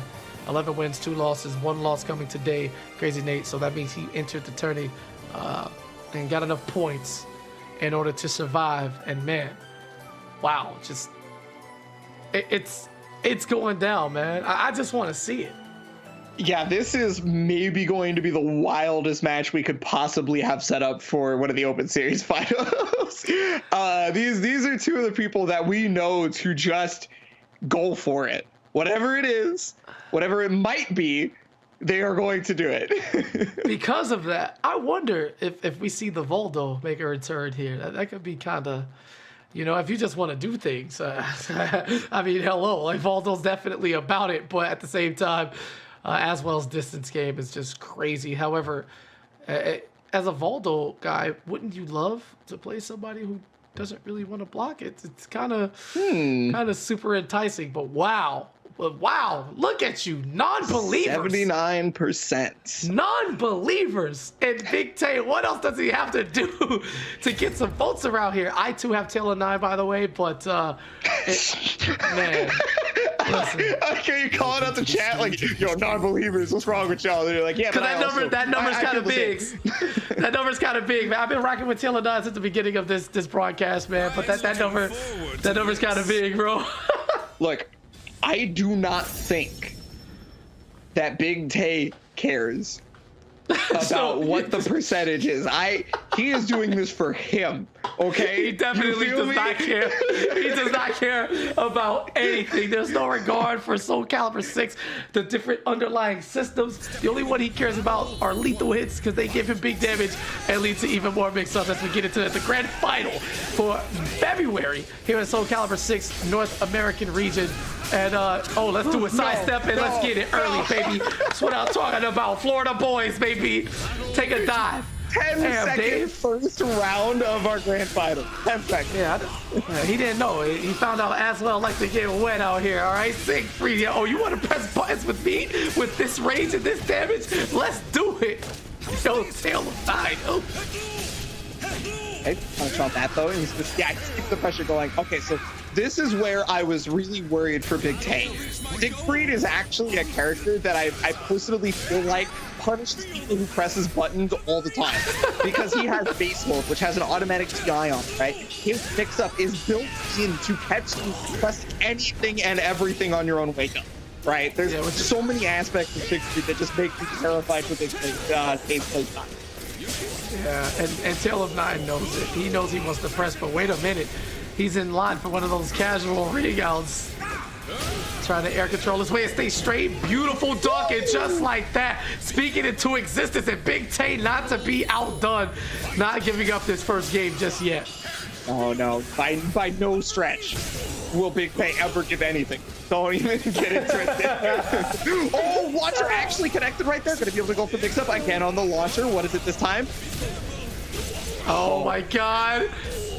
Not quite enough, but the following mix-up is going to get the job done as Big Tay seemingly always knows what to go to for a closeout hits. So Big Tay, by the way, now has the Beyblade lethal hit on deck. I'm just throw that out there. That can cover the thing. Oh yeah, I wanted to be able to punish that by using the tech crouch, but unfortunately just a bit too far away. Tail of 9's gonna soul charge. Not gonna get too much off. Well, now he's gonna get a ton off. Excuse me? Yeah, I think you want to rethink that sentence. I think speaking into existence, back to the corner, literally has nowhere to go. Oh my goodness, he has to take all of this. Oh, ducked under again, and wait a minute, Big Tay trying to come back from the depths of defeat here in game 1. Catches the leg, Dark Legacy bubble, sit down in the corner. You are on punishment for not blocking for an entire tournament. What is wrong with you? He blocked a little bit there. I'm surprised. Nah, I didn't see it. I didn't see it. Fair enough. I didn't see it. It's not enough. It's not enough. Welcome to all the right? stage of history. It just refuses. Tail of 9 is going to sit him down, and he's going to make him rethink his strategy as he goes into game 2 now. Remember, Big Tay is on the lower end of this, so he needs to not only win the 3 games here just for the reset, then has to win another 3 afterwards, which, you know, clearly enough, he gets a clean slate if he's able to do so. But 2 sets is seemingly insurmountable, but you know, this is Big Tay we're talking about. No mountain is high enough for him not to climb. You understand? Him and his trusty Beyblade, they will get there. I imagine he climbed up this mountain right here that puts him on the stage just with his bare hand. That's how he got up there. Used the ladder. He was like trying to think about it the normal way, and then Big Tay was like, "Nah, dog, I got this." Yeah, we're just going up the side, bro. You go ahead and search for your resources. Oh, big damage right there, and oh, he waited. I cannot believe that Tail of 9 waited that long. I mean, he's seen it time and time again.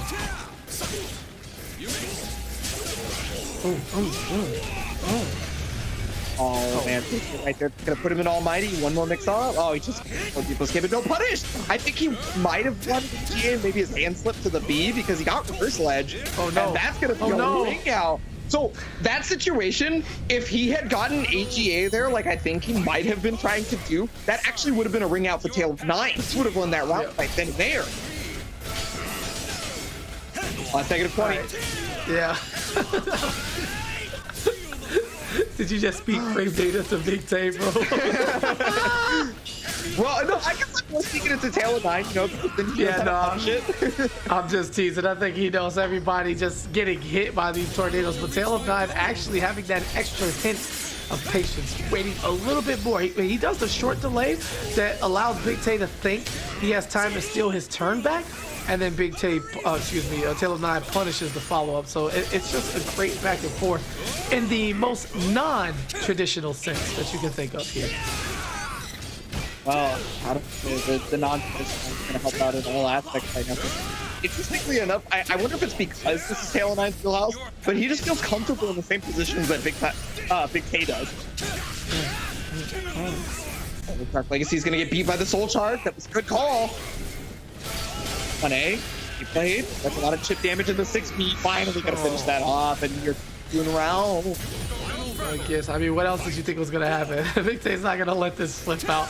He's already in for $300. Why not try to make it 4 and title as champion?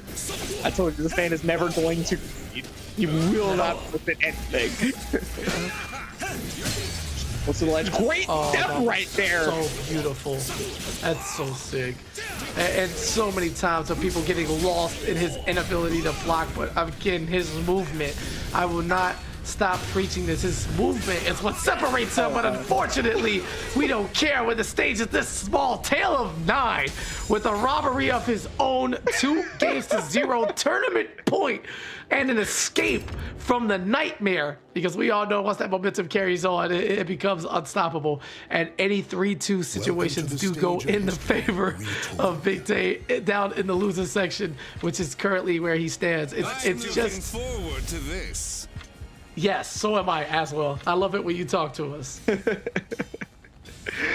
Oh, robbery.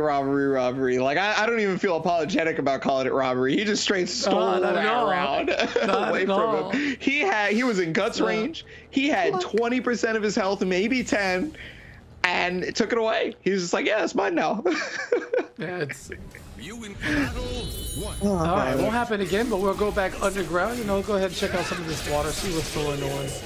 This is a very good stage for both men. It just so happened that Tale of 9 was able to clutch it out in a round 5. There's been a round 5 each game thus far, so don't let the score fool you. It's definitely much closer than it appears. Yeah, I mean, round 5 was speed up itself, but watch the flapjack. Got this.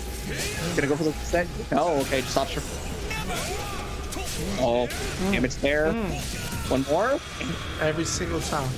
He knows. He just always has the right closeout mix-up that seems to hit every single time, no matter what it is. Ooh. Mix-up God. Realistically, like, just without question, mix-up God. Oh, yeah. Free.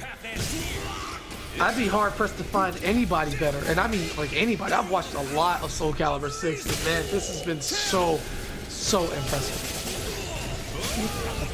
With his crush there. And then, oh yeah, he tried to get out of the bubbling, but he ended up going in just a little weirdly. The first gonna connect, and one more mix-up could possibly do, depending on what the hit is.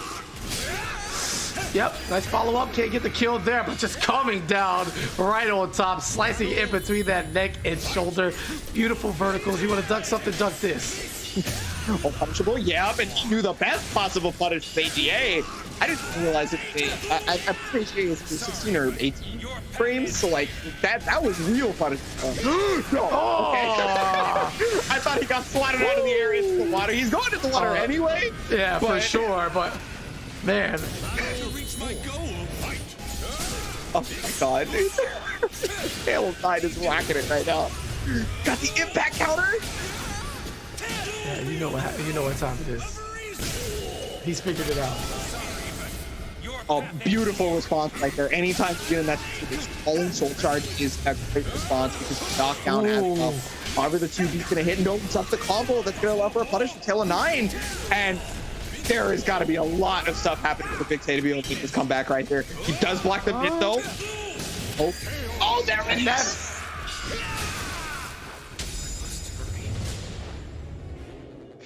Take it.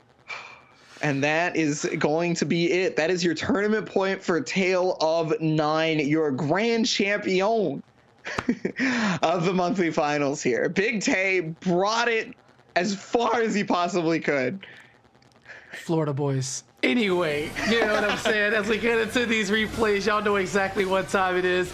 Counter hits galore, and Tale of Nine, from watching all the footage of Big T's phenomenal losers run here, he just kind of knew exactly what it was. Siegfried has the range, he has the damage, he has the pickups, and everything you need if you want to go into all-out back-and-forth swing fest. And while we did see some very, very close game fives, this round 3 right here, all that would hurt. It's a taste of the medicine back in as well. And another opportunity here, saved by the wall just once, but they can only do so much. The wall, unfortunately, doesn't stretch out, and as well, not enough health, not enough time, not enough resources, not enough armor here, as they just get kicked. No shirt, no shoes, no service, no title, but he's gonna go home in second place and take home $300. However, that will not stop the crowning of a new monthly final champion for the NA region 2021 February. Tale of Nine played one game with Voldo, and then it was Siegfried the rest of the way. Got tested in every set, but came out on top, looking strong as ever in the grand final with a decisive 3-0 victory, regardless of how close the rounds were. Look at the final score, 3-0. It is what it is. Well, if you guys enjoyed any of that, there's going to be more action coming your way for any of these lovely games that y'all may or may not play. Even if you don't play them, I implore you to check them out. It's going to be Mortal Kombat, BlazBlue Cross Tag Battle, Under Night, In Birth, and more. Soulcalibur 6. You just go to compete.playstation.com. If you forget any of these numbers and dates, I'm sure you will find them fairly easily on that website. Or you can join in on any of those by going to compete.playstation.com, and you could be the person that we're flipping out over on these monthly broadcasts. Yeah, absolutely. There's no way that we could have prepared for the greatness that was the monthly finals. Be ready to do this all over again, man. Y'all have a good night. I'd like to thank everybody for coming out, production, viewers. Congratulations once again to Tale of Nine. And for Ebonic Plague, I'm Katana Prime. We're out. Y'all have a good night.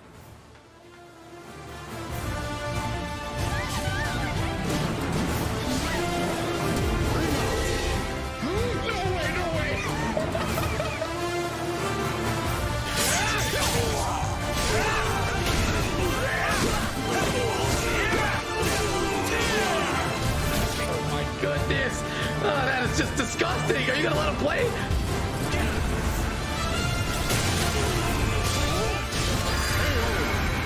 Siegfried wall damage.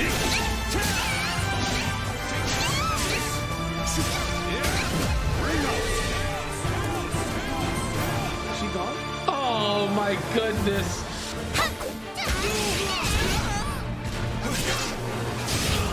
It's not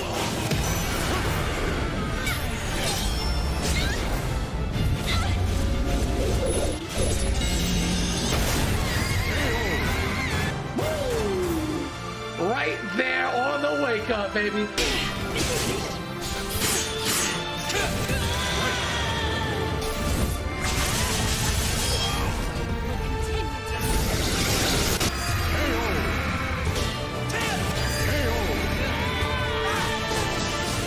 That is a New York CPR.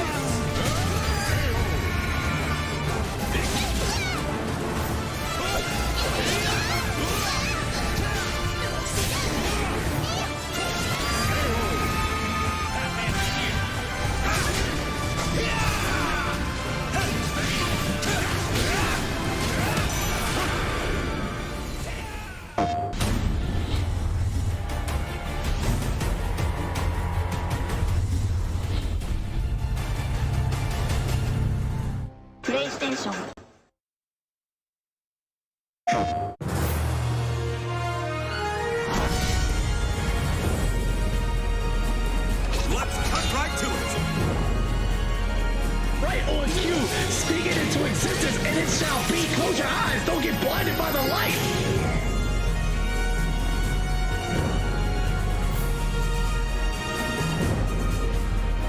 Primal, 2 touches, and there it is. Tournament champion.